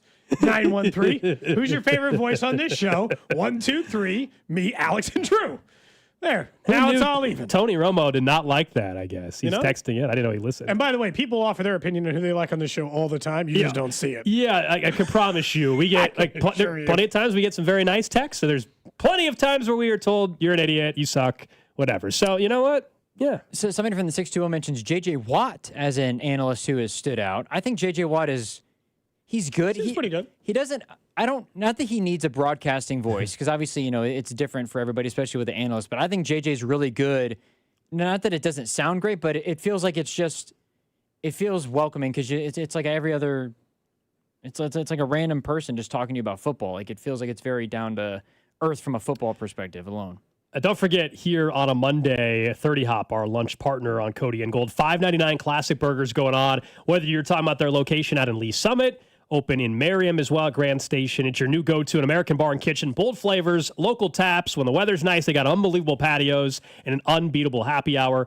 30hop.com, local beer, American Eats, big patio. All right, up next in the 1 o'clock hour, 3 biggest takeaways again from the Chiefs and the Cowboys. And somebody got an extension while we were gone in college football that we want to discuss, and it has to do, I think, a little bit what Drew mentioned a few months back about NIL as well. That's coming up right here on Cody and Gold.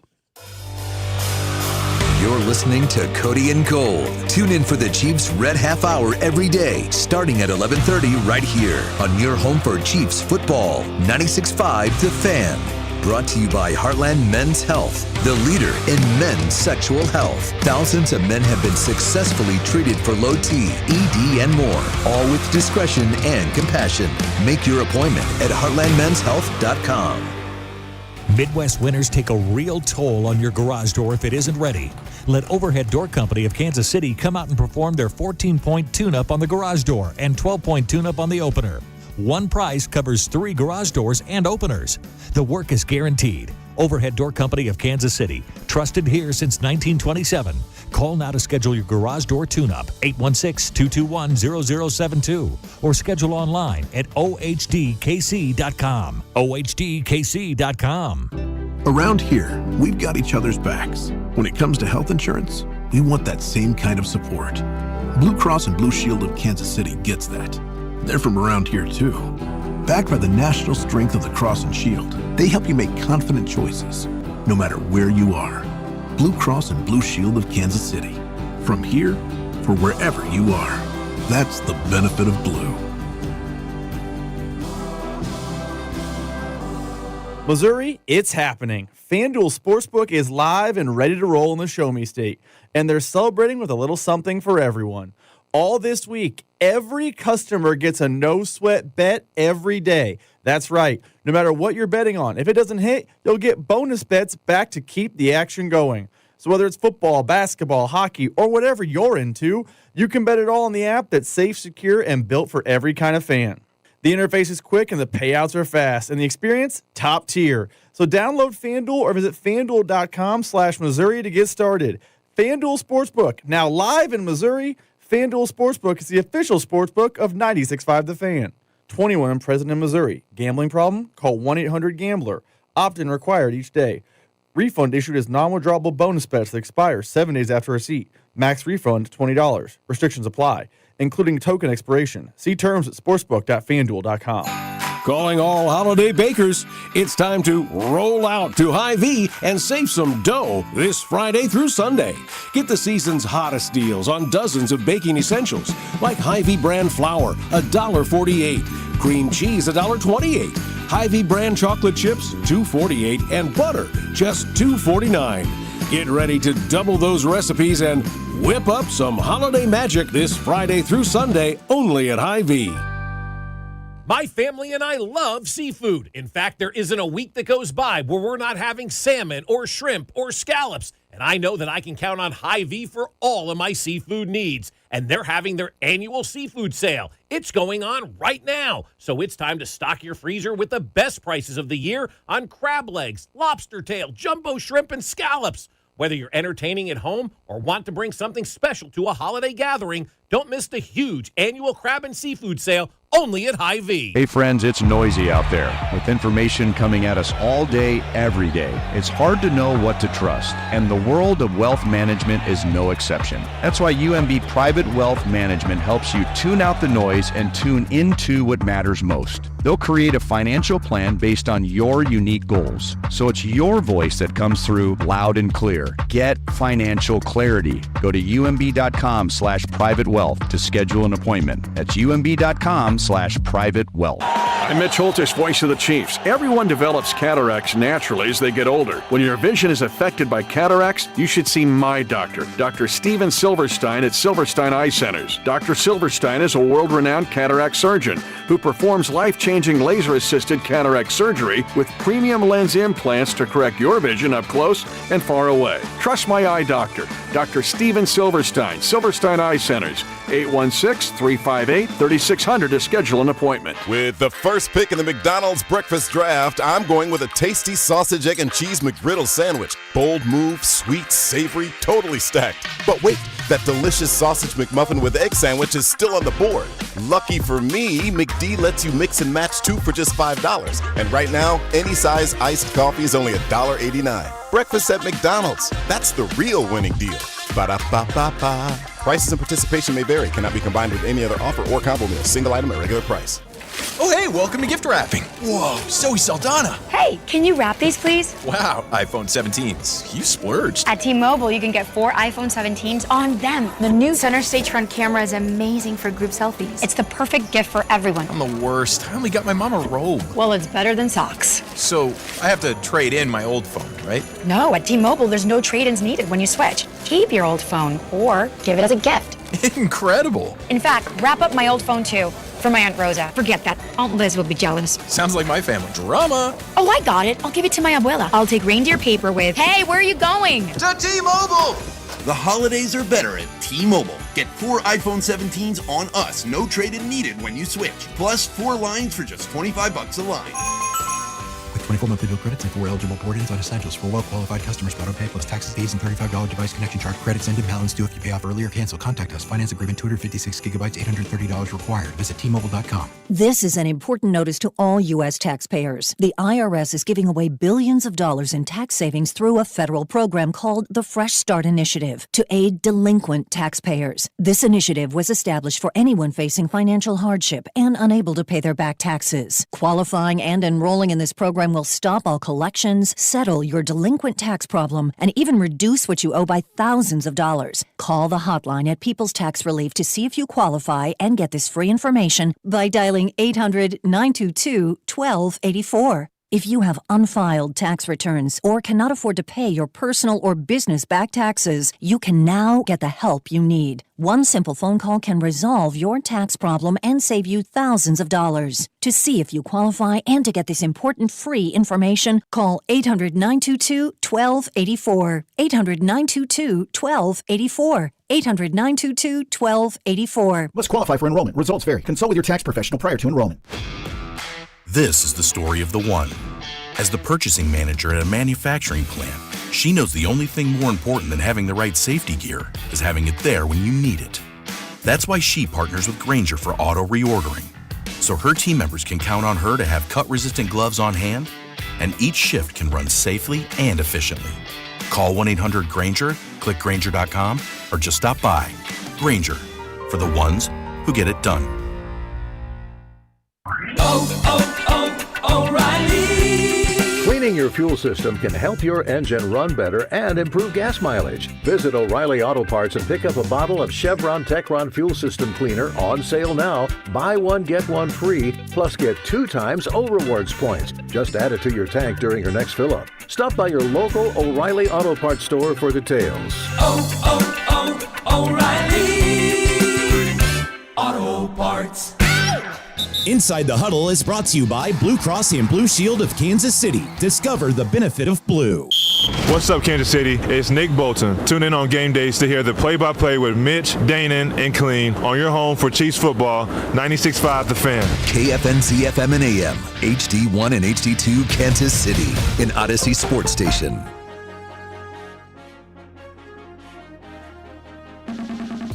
One o'clock hour here on Cody and Gold. Alex Gold, Cody Tapp, Drew Nixon with you.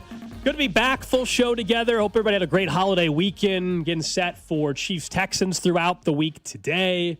If you missed what Andy Reid had to say earlier today, of course, you can find it on the podcast page, also through the Odyssey app, as he spoke about a little bit of availability. It sounds like, yeah, if needed, Wanya Morris, as we suspect, would be the second swing tackle if needed. Hopefully Jalen Moore can play left tackle. Hopefully Jawan Taylor is back and can be the starting right tackle on Sunday against the number 1 defense in football. Be careful, still out there. Looks like it's still snowing, man. It's gonna be snowing when we get off the air. I didn't expect that to be the case. And we had a bunch of people were texting earlier to answer our question about, hey, there's some delivery drivers, and they all said they would rather be delivering packages in 110-degree heat than this. One, they said it's also busier because people just ordered a bunch of stuff for Cyber Monday, Black Friday, and things like timing. So they said there's just a bunch of packages and stuff like that. And then you couple it with the snow and everything. Have you done any of your shopping yet? I got a couple things. I ordered. They're not listening, so it doesn't matter. A couple things for. No. Are you sure? I'm not sure. For my nephews, I got them a couple gotta things. Be in school. I would hope, right? Aren't they back at school? They get early release like my kids? I have no Blue Valley, I don't know. But anyway, so yeah, I got a couple of their gifts. I still need to get my siblings specific stuff. I got to figure that out. But yeah, to answer your question, some things were purchased, yes. We don't do individual sibling gifts. I don't want to go bankrupt. You know. Cody, you got 20, whatever it is. I just, I've been told that I'm barreling to, man, am I allowed to? Oh, about to call somebody out? I won't say for who. Go ahead and call them out. No. I'm just saying, I just found out this weekend that coming up next year, I will officially be a great uncle. What? Yeah. Well, I gotta, I have a lot of nieces and nephews. Some of them are a little bit older. I'm to understand that I will be becoming great uncle next summer. Jeez. So. That make you feel old? A little, when you put great in front of something. Great uncle? Which means, so my grandpa is 95 years old. He'll be 96 in January, assuming his health remains steady. He will get to meet his great that's amazing. Grandchild. That's awesome, though. Next summer. That's awesome, though. That is really cool. Really cool. Yeah, that's awesome. Great? That's nuts. Yeah, that doesn't happen very often. I mean, not like since people stopped having kids when they were like 15 and died when they were 32 in the Pilgrim days. Slightly different during those times, but yeah. I was able to meet my great. Your great? My great-grandmother. Or no. Single great, probably. Single great. Yeah. Yes. But I was able to meet my great-grandmother. I've got nieces and nephews that have known their great-grandfather for 25 years. It doesn't, That's crazy. Logically that's make wild. sense, but, people have kids when they're young. Yeah, I get why you can't do the sibling gift exchange. You got too many. Got too many. We used to just draw names out of a hat. Can I get? I'd get Alex, and Alex would get Drew. We used to do it that way. I was joking with my mom about this the other day, and then we can get into back into some sports.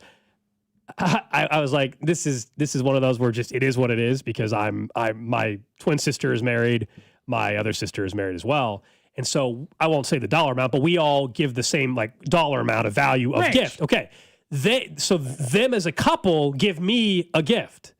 Them as both of them, right? So my sister, right, makes sense, right? Your sister and your brother-in-law give Alex, let's just call it a $100 gift. Fine, make it simple. So let's say they give me that.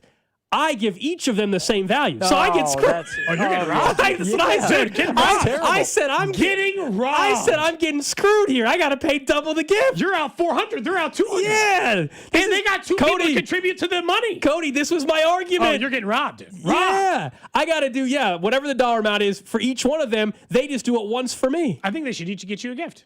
I think you're owed 4 gifts. I just either that or you should only have to get them. I think $50 gift. that's the solution. Yeah. I think that's the solution. But this happened last year. I was joking with my mom about it, joking but also serious. I was like, wait, this is happening here. It doesn't always work out, but we try to get them a gift that is for like couples, right? So like for my sister-in-law, my brother-in-law, we try to get them something that is a value that makes sense, that is equal to about the amount we spend, that is for both of them, or the two things combined. We don't do this. You're on the hook for both. And you got to buy all the nieces and nephews stuff too. Now, look, but I expect that. Whatever. That's all different. your nephews got to buy That's stuff. different. But, and it is different. And if you had kids, they'd buy your kid a present, so that all equals. Someone says, "Well, then you're an idiot, Gold. You should give a gift for the couple." That's not how we've done it. I'm just telling you. That's just not how we've done it. Yeah, something's off, man. I think you're getting. But again, people are saying it's different. We just did money for my nieces and nephews because that's what my one of my great uncles did for us, just to get like $20. It's the easiest way. We should all just chip in and let them decide what they want. If I gave every niece and nephew I had $20, I'd be $400 in the hole before this thing even started. I mean, I don't know the exact number without thinking about it too hard, Drew. Yes, I have probably. I know your family's massive. I didn't between know that it was 15 and 20 nieces and nephews. Drew, I got 6 full brothers and sisters and 2 stepbrothers. One of my stepbrothers has 4 kids. The other has 2, and all of my siblings' kids. One of my brothers has 4 kids. Like, you know how many kids there are in my family? A lot. There's a million of us. We played left, right, center like we do on every Thanksgiving. There were 25 people in that circle. I did not win. Never do, man. Let's talk a little sports. Yep. We mentioned the Chiefs-Cowboys game. We were off the air for that one on Friday. And it is funny to kind of go back and watch it now because it just going to go down as another incredibly frustrating loss for where the Chiefs have been this season. One of the bigger standouts of the game, we'd mentioned a few earlier in the show, like Trent McDuffie and all these others, is defensively, we have to admit at this point, they are an incredibly flawed defense. They sometimes overcome it because they are incredibly coached and they have some good players. But they've got massive deficiencies, and when they show up, they show up. And so what happens is when they get no pass rush and Spags just starts tossing blitzes, and it's a quarterback who can get things done, they're at risk. They're just at risk. They're not a bad defense, but they're not an elite-level defense like they were last year. They're a flawed defense. It's something that really stood out in that Cowboys game. Yeah, we've known the front four has been an issue all year. Like you said, they've masked it in certain instances, certain opponents, and certain moments. Go back to the Colts game, the 5 straight 3-and-outs. They've been able to find it in some spots, but not consistency throughout the season, consistently throughout the season. So that's been an issue in a variety of ways. I think what was so stunning visually, Cody, on Thursday was Trent McDuffie, who is one of the best corners in football. Yeah, he was going up against one of the best in football in CeeDee Lamb, but that's the first time where I can remember, and someone maybe brought up Cortland Sutton a year or so ago, but otherwise, that I can remember Trent McDuffie having a player kind of get the best of him throughout the entire day, where if they wanted, even if the coverage was tight, CeeDee Lamb was catching the football. Yeah, somebody the mentioned ball a Cortland placement Sutton was game great. where they kind of got him one time, but it was the baddest I've ever seen. So that was one of the big things that stood out, other than the third down defense. Third down defense, you got him to 3rd and long, but you couldn't get off the field. Even it wasn't like you were giving up 3rd and 1s, 3rd and 2s all day to Javonte Williams in the rushing attack. There was 3rd and 8s, 3rd and 11s, and Dak Prescott, to his credit, was able to convert. But that's why they're a flawed defense. They can't get off the field. And it could probably boil down to the simple thing. They don't get enough. They've got a bad pass rush. And problems started when they spent their first-round pick on a defensive end who has 3 career sacks. I don't know, whatever Felix has got. He's got like 1.5, something like that, 3.5, 2, 3, 3.5, 4 sacks, whatever. They spent a first-round pick on him. George Karlaftis is a good defensive pass rusher, but he's not a great one, so he can't cover for it. Chris Jones has gotten older, and they have gotten 0, and I do mean 0 contribution from pretty much every other member of the defensive line. If Charles Omenihu thought he was getting paid this season, that ain't happening. He tested the market. And Nobody else was willing to pay him what he thought, and I Yeah. guess we're finding out why. Yeah, and I think that the rest of the league was right, in truth. Unfortunately. And not paying him based on what he's gotten so far in contributions. And so their problems are they pick at the end of the first round, and they haven't been able to resolve that, and they haven't been willing to give up either draft pick compensation or to spend huge dollars in the free agency the way they went and got Frank Clark when they first needed defensive line help. when Andy Reid first got here and they realized they had those issues. So they're just a flawed defense, and that means the Chiefs are going to have to put up points. And the Chiefs offensively, same problems. Why do they, for 50% of the game, look like the greatest show on turf and the Rams, and they just move the ball up and down the field and they do this, and then they will have 4 straight punts, 5 straight punts, 2 3-and-outs in a row, 3 3-and-outs in a row, and then a fumble or like they're more hot and cold than any team in the league offensively. They at times look like the best offensive football, and then other times look like they can't move the football. First 2 drives against Dallas. I mean, we know the scripted 15, scripted 20. It was probably as good of a first 15 play sequence the Chiefs have had all year. I can make a case for, because we had mentioned going into the Cowboys game that the Chiefs had really struggled in the first quarters. It was the opposite. They got started too late in the past. They were only other than I think the Lions game, they weren't scoring touchdowns in the first quarter. And this game, that was the opposite. They came out of the gates, looked awesome, and then it all went away. It was the reverse. They tried to double dip, and it just looked hideous. So I'm glad you brought this. So that's a season-long issue. They have been terrible first drive out of half, drive before half. Yep. The double dip, but not even like bad at one, both. Yes. But right out of halftime, because they still win the toss a lot, and they defer, which is fine. They get the ball to start the second half. Those second half opening drives have been 3-and-outs way too often and way more than normal in Kansas City throughout this entire season. There's a million reasons why this team is 6-6. As we can point to great numbers, we can point to plenty of instances. And, Andy Reid, as much as it's annoying to hear him clean stuff up, where he is correct is, I think it is 1 or 2 plays. The problem is it's 1 or 2 plays in every game. So therefore, every unit. It's 20-plus plays across the season that you're not making. What's so crazy is that if they were just 10% better with any unit, I think that they'd have 8 or 9 wins right now. As in, had special teams been 10 or 15% better on aggregate in the season, the offense have been 10% better, the defense have been 10% better. This is a 9-win football team. And instead, all 3 seem to constantly fall short of what they need to be in an individual game. And look, the truth is that it varies per game. There's been times when the defense picked them up and the offense didn't. In this game, offense wasn't the issue.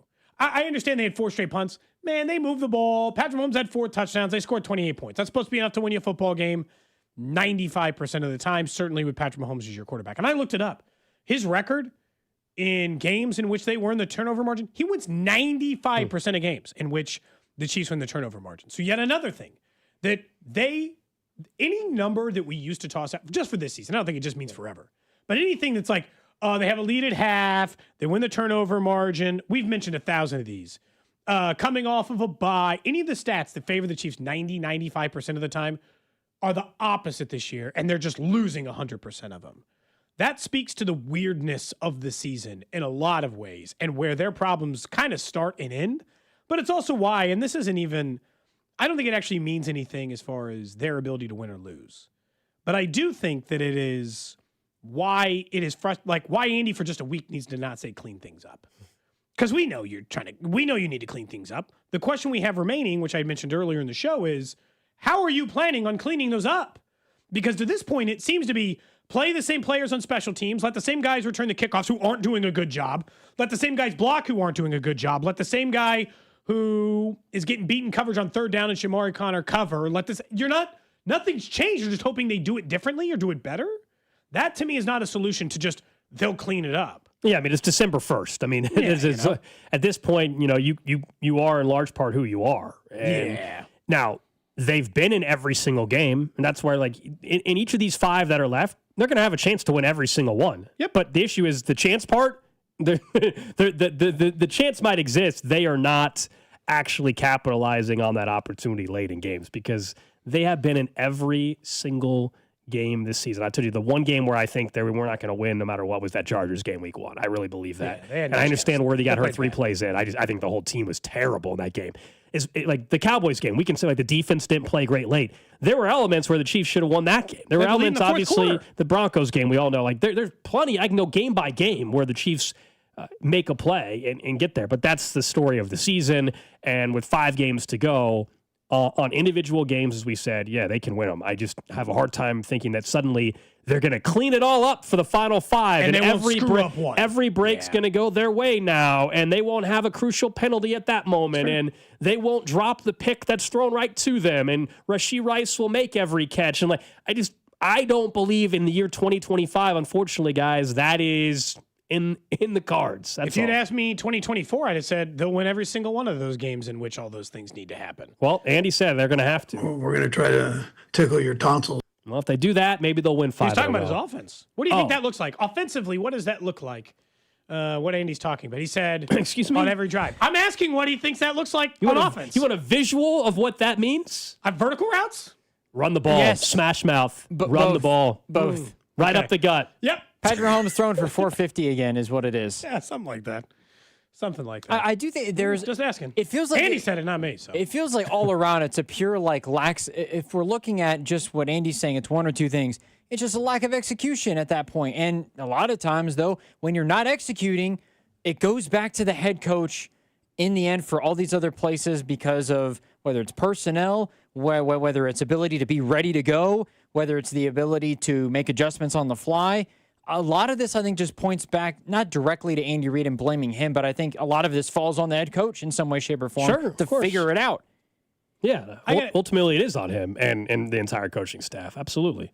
Yeah. Now, the narrative in off-season convo, as soon as the season and as soon as if they end up getting eliminated, will be like from Mahomes and legacy and all that. Like all the pressure is on Patrick Mahomes. I think that's all very, very real. But there's only so much that he can do though when he's when it feels like he's trying to pull this team out of the gutter single-handedly, and it's not.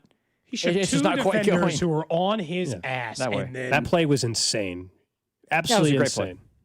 he makes several plays like that a game. Yep. Even in the games that don't go well, he makes some. But as throw we've that said, you're like, and you've brought this up, whenever he has a play like that, though, the Chiefs are losing those games. I know. It's insane. Just about every time now, it feels like whenever he makes a play like that, they're losing. Before we would say, "Oh, that means they're winning," but it seems like those are the games where they're losing now. Yeah, it's just because the O-line he's having breaks to do too down, much. and and he feels the pressure to do too much, and everything else kind of in between, and then they run into these issues over and over and over again. You got to let us know. Alex and I, obviously, the show, and Drew all finish up in 40 minutes. How are the roads? 913-586-7965. If you're on them or we're on them, we're kind of curious.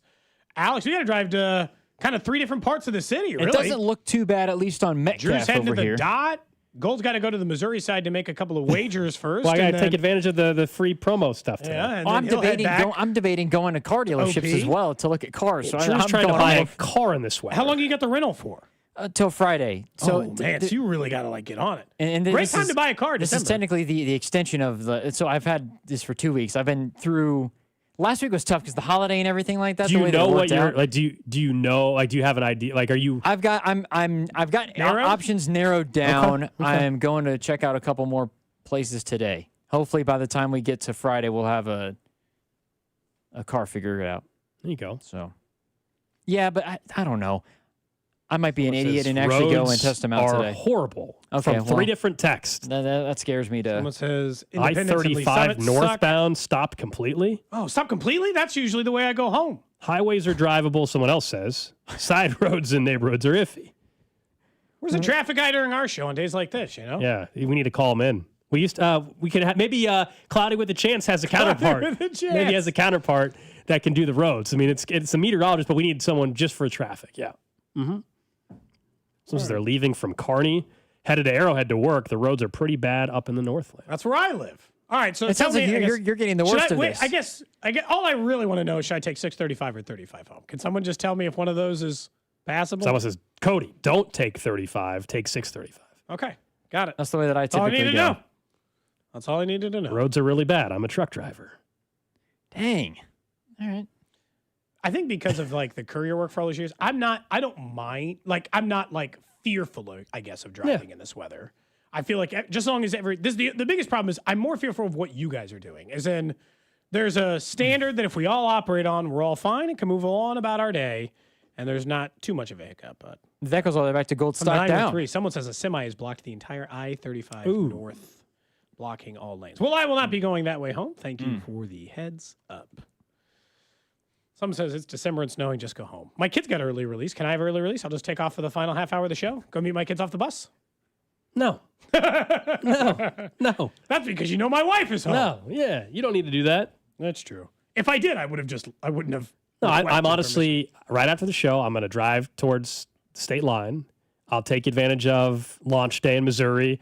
FanDuel, by the way, if you think a point's going to be scored tonight, Monday Night Football, they've super boosted it up to even money odds. Max bet, I think, is $50. So essentially, it's $50 free. DraftKings has one in the Blues hockey game tonight if a goal is scored. So it's free opportunity. Even if those are for people, if you already have an account in Kansas, you can take advantage of that. If you've never had a betting account on the app, then you can get the same, bet 5, get 300, 400, whatever type of stuff. Those are the specials somebody was asking about as well. Yeah, it just depends on which. And then I'm headed straight home after that, man. And then I'm just gonna curl up with a. Did you finish your book? I did when I read it on the beach. Hey. Yeah. How was it? It was good. I'm not someone that typically is going to go buy a book and just read it, but I did because our guy Vinny read said book, and so I said I'll read the same book. And yeah, did I learn something from it? Absolutely. Did it move you? I don't know if it moved me, but I enjoyed it. It was an easy read. It's like it was like 170 pages. It was a very quick read. That's it? Yeah, and I was on the beach, so I was in a good mood. So everything seemed good at the time when I read it. A cocktail in your hand. Yeah. Do you want the book? Have you read it? I have not read it yet. Do you want it? I've got a different book on hold at the library at the moment that I plan on reading first. But okay. I can get to that one next, maybe. Yeah. No, is this a day where you would just sit at home and read if you weren't? Is that what you're trying to tell me? Yeah. Okay. Like tonight, I'm watching Monday Night Football. I'm not reading a book. They already canceled couch. the Giants plan. Yeah. I want to see Drake May. I guess at least Giants it's against Jameis. the 10 Jackson Dart's back, too. At least it's Jameis. Jackson Dart versus Drake May. All right. Dart is back? Cody, hang on. Yeah. Cody, would you be more inclined to watch if it was Jameis compared to Jackson Dart? Maybe. I think there's an argument actually for that. Jameis he just makes for fun football. Jameis is catching touchdown Yeah. passes, shoving off is defenders. Dart at least is. But in fairness, they have a better chance to win the football game if Jameis started tonight, right? What's that? They have a better chance to win the game tonight if Jameis started? I wouldn't say that necessarily. Okay. I kind of feel like the Patriots are one of the best teams in football. So I know. I think that's what they need. Anyway. That's why I think they need the unpredictability of Jameis Winston out there. Do you have front wheel drive, Cody? All wheel. Okay. Even better. It says the Northland hasn't been plowed at all from the 816. This is why I told you guys today I'm actually excited to drive You're in going the to be going snow. through it. Actually excited. Can take your new whip out there and see how it goes? Yes, sir. I'm going to go and test drive a car like an idiot. But you know what? Honestly, I don't think it's the worst thing to test drive in this weather because at least you know if it's He's not going to be able to see the car. That is actually unless the dealership has wiped off all the cars already, you're not be able to see the damn car. And he's looking at a used vehicle, which is fine. But I want to know what I need to see what it looks like. Yeah, that would be in fairness, if I can test drive it, then maybe it's just good to test drive. And if it feels good driving it, then I can come back and I can check out. Yeah, the body of I the car. appreciate Logan for filling in for us last week, though. We appreciate everybody that filled in the last couple Light or weeks. dark, I only care about meat in my mouth. Yeah, well, there you go. Up next, we will get to what's trending, and we'll get right back into some of the offensive line concerns for the Chiefs. This is Cody and Gold. Tune in for Nate Taylor every Tuesday at 1 o'clock, right here on your home for Chiefs football. 96.5 The Fan. Cody and Gold are brought to you by Heartland Men's Health, the leader in men's sexual health. Thousands of men have been successfully treated for low T, ED, and more, all with discretion and compassion. Make your appointment at heartlandmenshealth.com. What matters to you matters to us. That's why Busey Bank takes the time to understand your goals and build solutions that fit your story. From everyday banking to long-term planning, our team is here to help you navigate every stage with care and expertise. We're more than a bank. We're your neighbor, your advisor, and your advocate. Busey Bank, building business, growing wealth since 1868. Member FDIC. Hellsberg gifts checked off the list. Now, time for wrapping. Earrings for mom. A gold bracelet to match the rings Danielle wears every day. And for dad, a new watch, because we all know he needs one. All right, this is going to be a good one.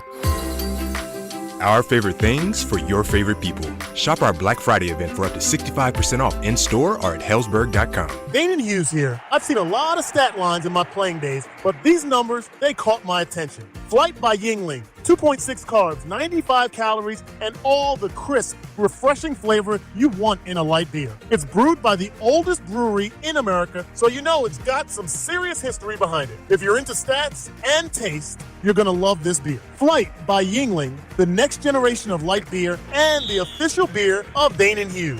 DG Yingling & Son, Pottsville, Pennsylvania. This is Kevin Harlan, and the Black Friday sales event is on right now at Rob's Site Ford, but not for long. Hey, Rob, what's cooking this week? Kevin, we're serving up 0% for 66 months on most new Ford models. F-150s, Escapes, Explorers, Transits, you name it. That is a full spread of savings, unlike your mashed potatoes last year, which needed a carving knife. Okay, brisket man, but hey, these deals, certified fresh and only here for 1 week. You heard the man. Black Friday savings all week, and once they're gone, they're gone. Plus, Kansas City's only top-rated Ford dealer on Google. 4.8 stars, nearly 3,000 reviews. Voted best car dealership in Kansas City by Kansas City Magazine. At Rob Site Ford, we keep it simple. Non-commissioned sales team, top trade-in values, and the lowest prices in Kansas City. 135th and State Line or robsite.com. If you want simple, upfront, and easy, there's only one R that matters. Rob Site Ford. Rob Site Ford. Buy right with Rob Site. And maybe leave the mashed potatoes to someone else this year.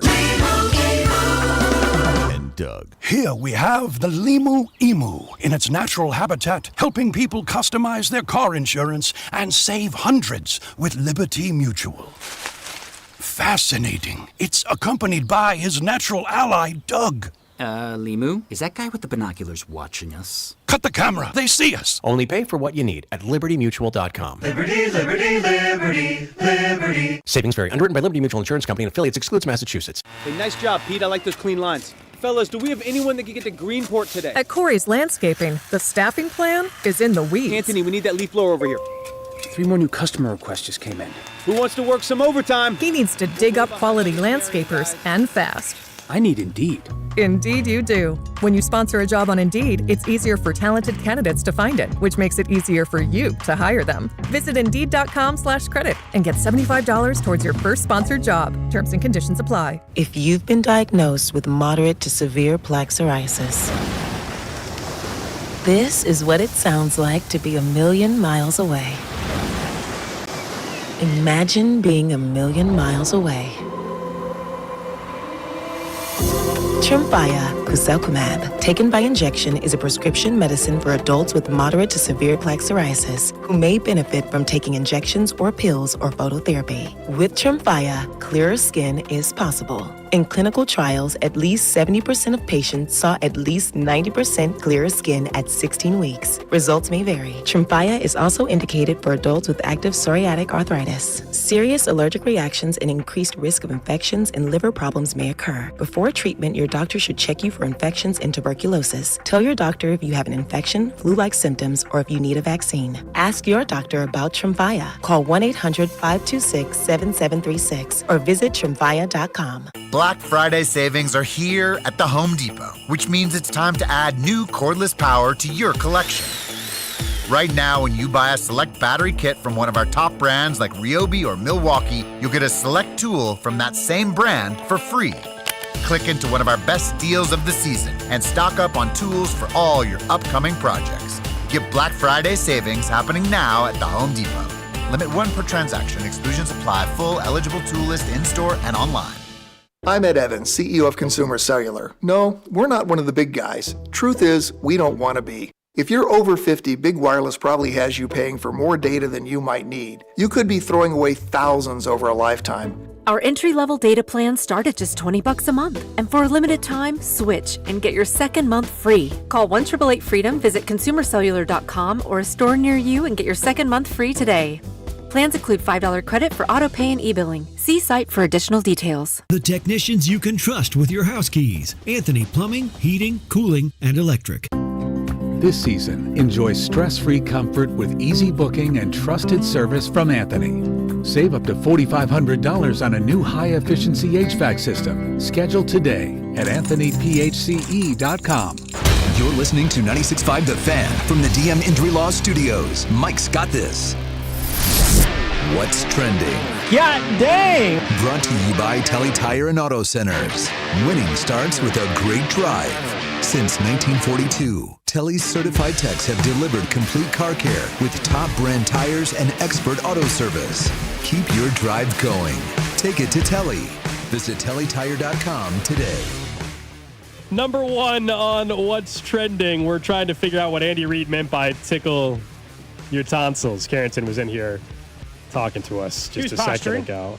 Well, no real injury updates, though, overall from Andy. He just kind of acknowledged that, if they have to go to their second swing tackle, it would be Wanye Morris. But we're going to have to wait till Wednesday when Andy Reid speaks again to get a little more clarity on availability. Also, Brian Cook, it sounds like maybe not as hurt as we thought. That's good. But, we'll see as we get closer. I know Matt Verderam had some reporting that they believe Jawan Taylor would be available on Sunday. They need him on Sunday. Yeah. That Texans defensive front is brutal. Probably the best in the league. Next up on What's Trending, James Madison University head coach Bob Chesney to sign a 5-year deal to take over at UCLA.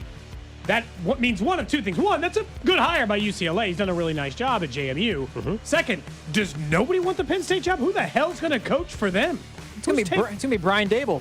Brian Dable? Nick Saban mentioned his name, and all of a sudden, his name is near the top. Also, Saban threw a little clout with him. Two names to watch, though. Kalani Sitake. BYU's coach. And Josh Heupel, also growing on Tennessee. the list. Josh Heupel? They're going to Tennessee. The sickos. Those Tennessee cities, are better than the ones up there in college Pennsylvania, football fans I think. are sickos, and there were fans who are tracking flights from Knoxville to State College. There was one that happened yesterday.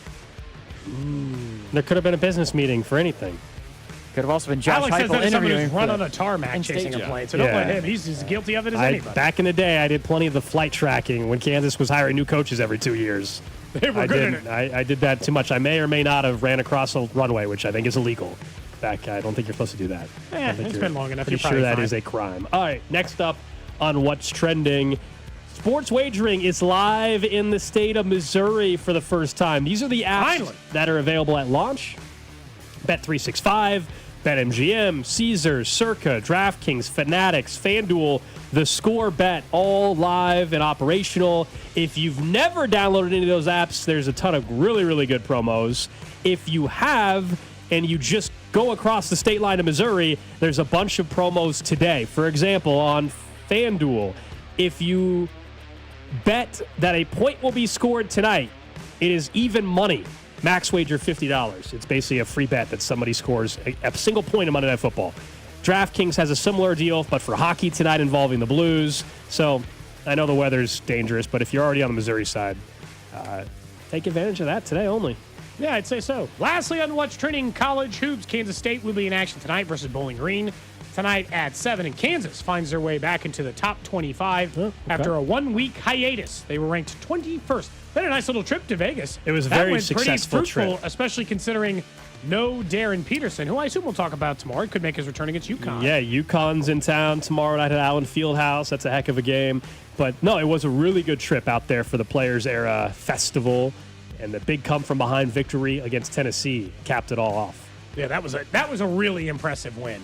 A ranked Tennessee squad at the time, obviously. Still ranked, I believe, based on the current AP top 25. But yeah, hell of a trip for Kansas. That's What's Trending here on Cody and Gold. Are you watching Monday Night Football tonight? You seemed hesitant at the beginning of the hour. Patriots, Giants. Patriots should draw me in some. Mm-hmm. There's no doubt, because they're one of the better teams in the league. I don't want to see if, unlike the Rams, who I thought were playing as good as any team in the league, and then all of a sudden lose to the Panthers, certainly anything can happen in that Giants game tonight. And Jackson Dart is one of the more intriguing rookie quarterbacks this year, so you kind of see what's going on. I'll probably watch it. My kids' dance already canceled. My kids will be home from school in like 20 minutes. I need to finish the new season of Stranger Things. Have you started? I haven't started the series at all. I've heard good things. So I also haven't started. I've never seen a single episode. I guess I should fire it up. Well, great time, actually, because now I won't be behind. I can, by the time it takes me to catch up, all the episodes will have aired. So at least they're doing this final season in 2 parts. So part 1 is out now, and then there's another part. Okay, then I'll wait a couple more months. Is that Stranger Things is on Netflix, right? Yep. Yeah. Is that a Netflix thing? Because the Outer Banks series also did a similar thing, doing the part 1s and part 2s. Do you know why? Because the rest of us have all started doing cyclical canceling of stuff. So I'm not watching any shows on Netflix right now. I'll pack that thing up for the next 3 months. And then when Stranger Things comes back out, if that's a show I want to watch, I'm going to just start rotating all of these around series I'm watching. They think you're more likely to keep Netflix if there's Stranger Things. Then a playoff game. Then Stranger Things again. That makes sense. You don't lose them for a year. So I think the Christmas Day games are on Netflix, of course, again. And the MLB playoffs are Home Run Derby. And, and I think Okay. you're right about Wild Card Weekend. Okay. Or one of the Wild Card MLB games. Anyways, yeah, is gonna be there. So either way, I'll be. I bet I'll be tuned in at least for a little bit. Although admittedly, the AFC's a mess. Yeah. And good luck predicting. I think the NFC and the AFC playoffs. I think no matter whether the Chiefs make it or not, I think we got to kind of like buckle in for a wild ride because does anybody trust any of the top 8 teams in either conference to for sure go to the Super Bowl? And the answer is no. The Rams would have been the closest thing to your answer a week ago. They just lost to the Panthers. True. I don't trust anyone in the top 4 seeds in the AFC to win multiple playoff games. Hell, I don't even trust them to win one for sure. And so, I don't know. I just feel like it's battling up for not just the Chiefs are having a weird year, that the NFL's having a weird year, and it's going to make for a weird playoffs. It's looking that way. I mean, who would have thought at this point the Bears would be a number 1 seed in the NFC and the Broncos and the Patriots if they win tonight, but the Broncos would be the number 2 one picks from a couple of years ago. Yeah, that's pretty wild to think seeding wise that's where it's at. And yet at the same time, Cody, I don't know, like on the AFC side, who do you actually think is capable of winning 2 playoff games, in some cases 3? The Broncos have Bo Nix, who's winless as a starter in the playoffs in 1 game. The Patriots, Drake May has never played in the playoffs. Trevor Lawrence has, but he's, Jekyll and Hyde. Ravens, we know the history with Lamar. We'll see if they even get in. The Chargers, Justin Herbert doesn't have a good playoff track record. Daniel Jones, come on. He's also got a fractured between them. That's a good question. I'd have to go back and think. Josh Allen obviously would have the most. So, okay. Of the 7 playoff teams right now, we can do this exercise pretty quick. Bo Nix has 0. Drake May has 0. Trevor Lawrence has 1. Herbert has none. Lamar and Lamar's probably got 5 without looking ballpark. But that's the Josh point. Allen is 7-6 in the playoffs. Okay. Lamar Jackson playoff record. I'm gonna guess 5-4, 5-5. He is 3-5. 3-5. Okay. So that's 10 wins between Lamar and Josh Allen. And then Mahomes has that in the last 2.5 playoff runs. And then, as we already know, who doesn't have any? And Daniel Jones, what do you call it? Went to the playoffs with the Giants that 1 year, correct? Yes. Yeah, he's 1-1. But the top 6 seeds have a combined 4 playoff wins total. And maybe a combined 10 playoff starts, and they're only getting that benefit because Lamar Jackson's doing 95% of the heavy lifting in there. So if you're going to tell me I have any idea what's going to happen in a playoff with a guy with 0 or 1 career playoff start, 0 career playoff starts, 2 career playoff starts, 10 with Lamar Jackson, but in a weird year where they're not playing good football. Justin Herbert with 1 career playoff start, whatever the hell it is. Daniel Jones with 1 or 2 career playoffs. I mean, how am I supposed to know what's going to happen in the AFC? At least in the NFC. Here's the truth about the NFC, and this is where I think it's different. The AFC is, I don't have any idea who's actually good because I don't know which quarterback to trust, and nobody's ever played in the playoffs. In the NFC, I genuinely think they're all just the same, equally good.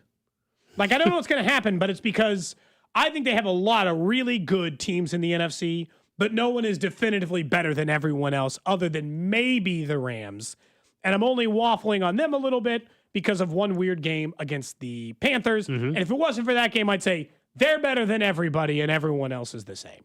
There is no fundamental difference between Dallas, Chicago, Philly, the Bucks, Seattle, none of them. They're all the same. The only difference I feel like on the NFC side, in my opinion, unless the Lions beat the Cowboys on Thursday, it's a different conversation because there's some renewed pressure. But if the Lions were to lose on Thursday, in my opinion, the playoff field for the NFC will be set as far as the teams, not the order.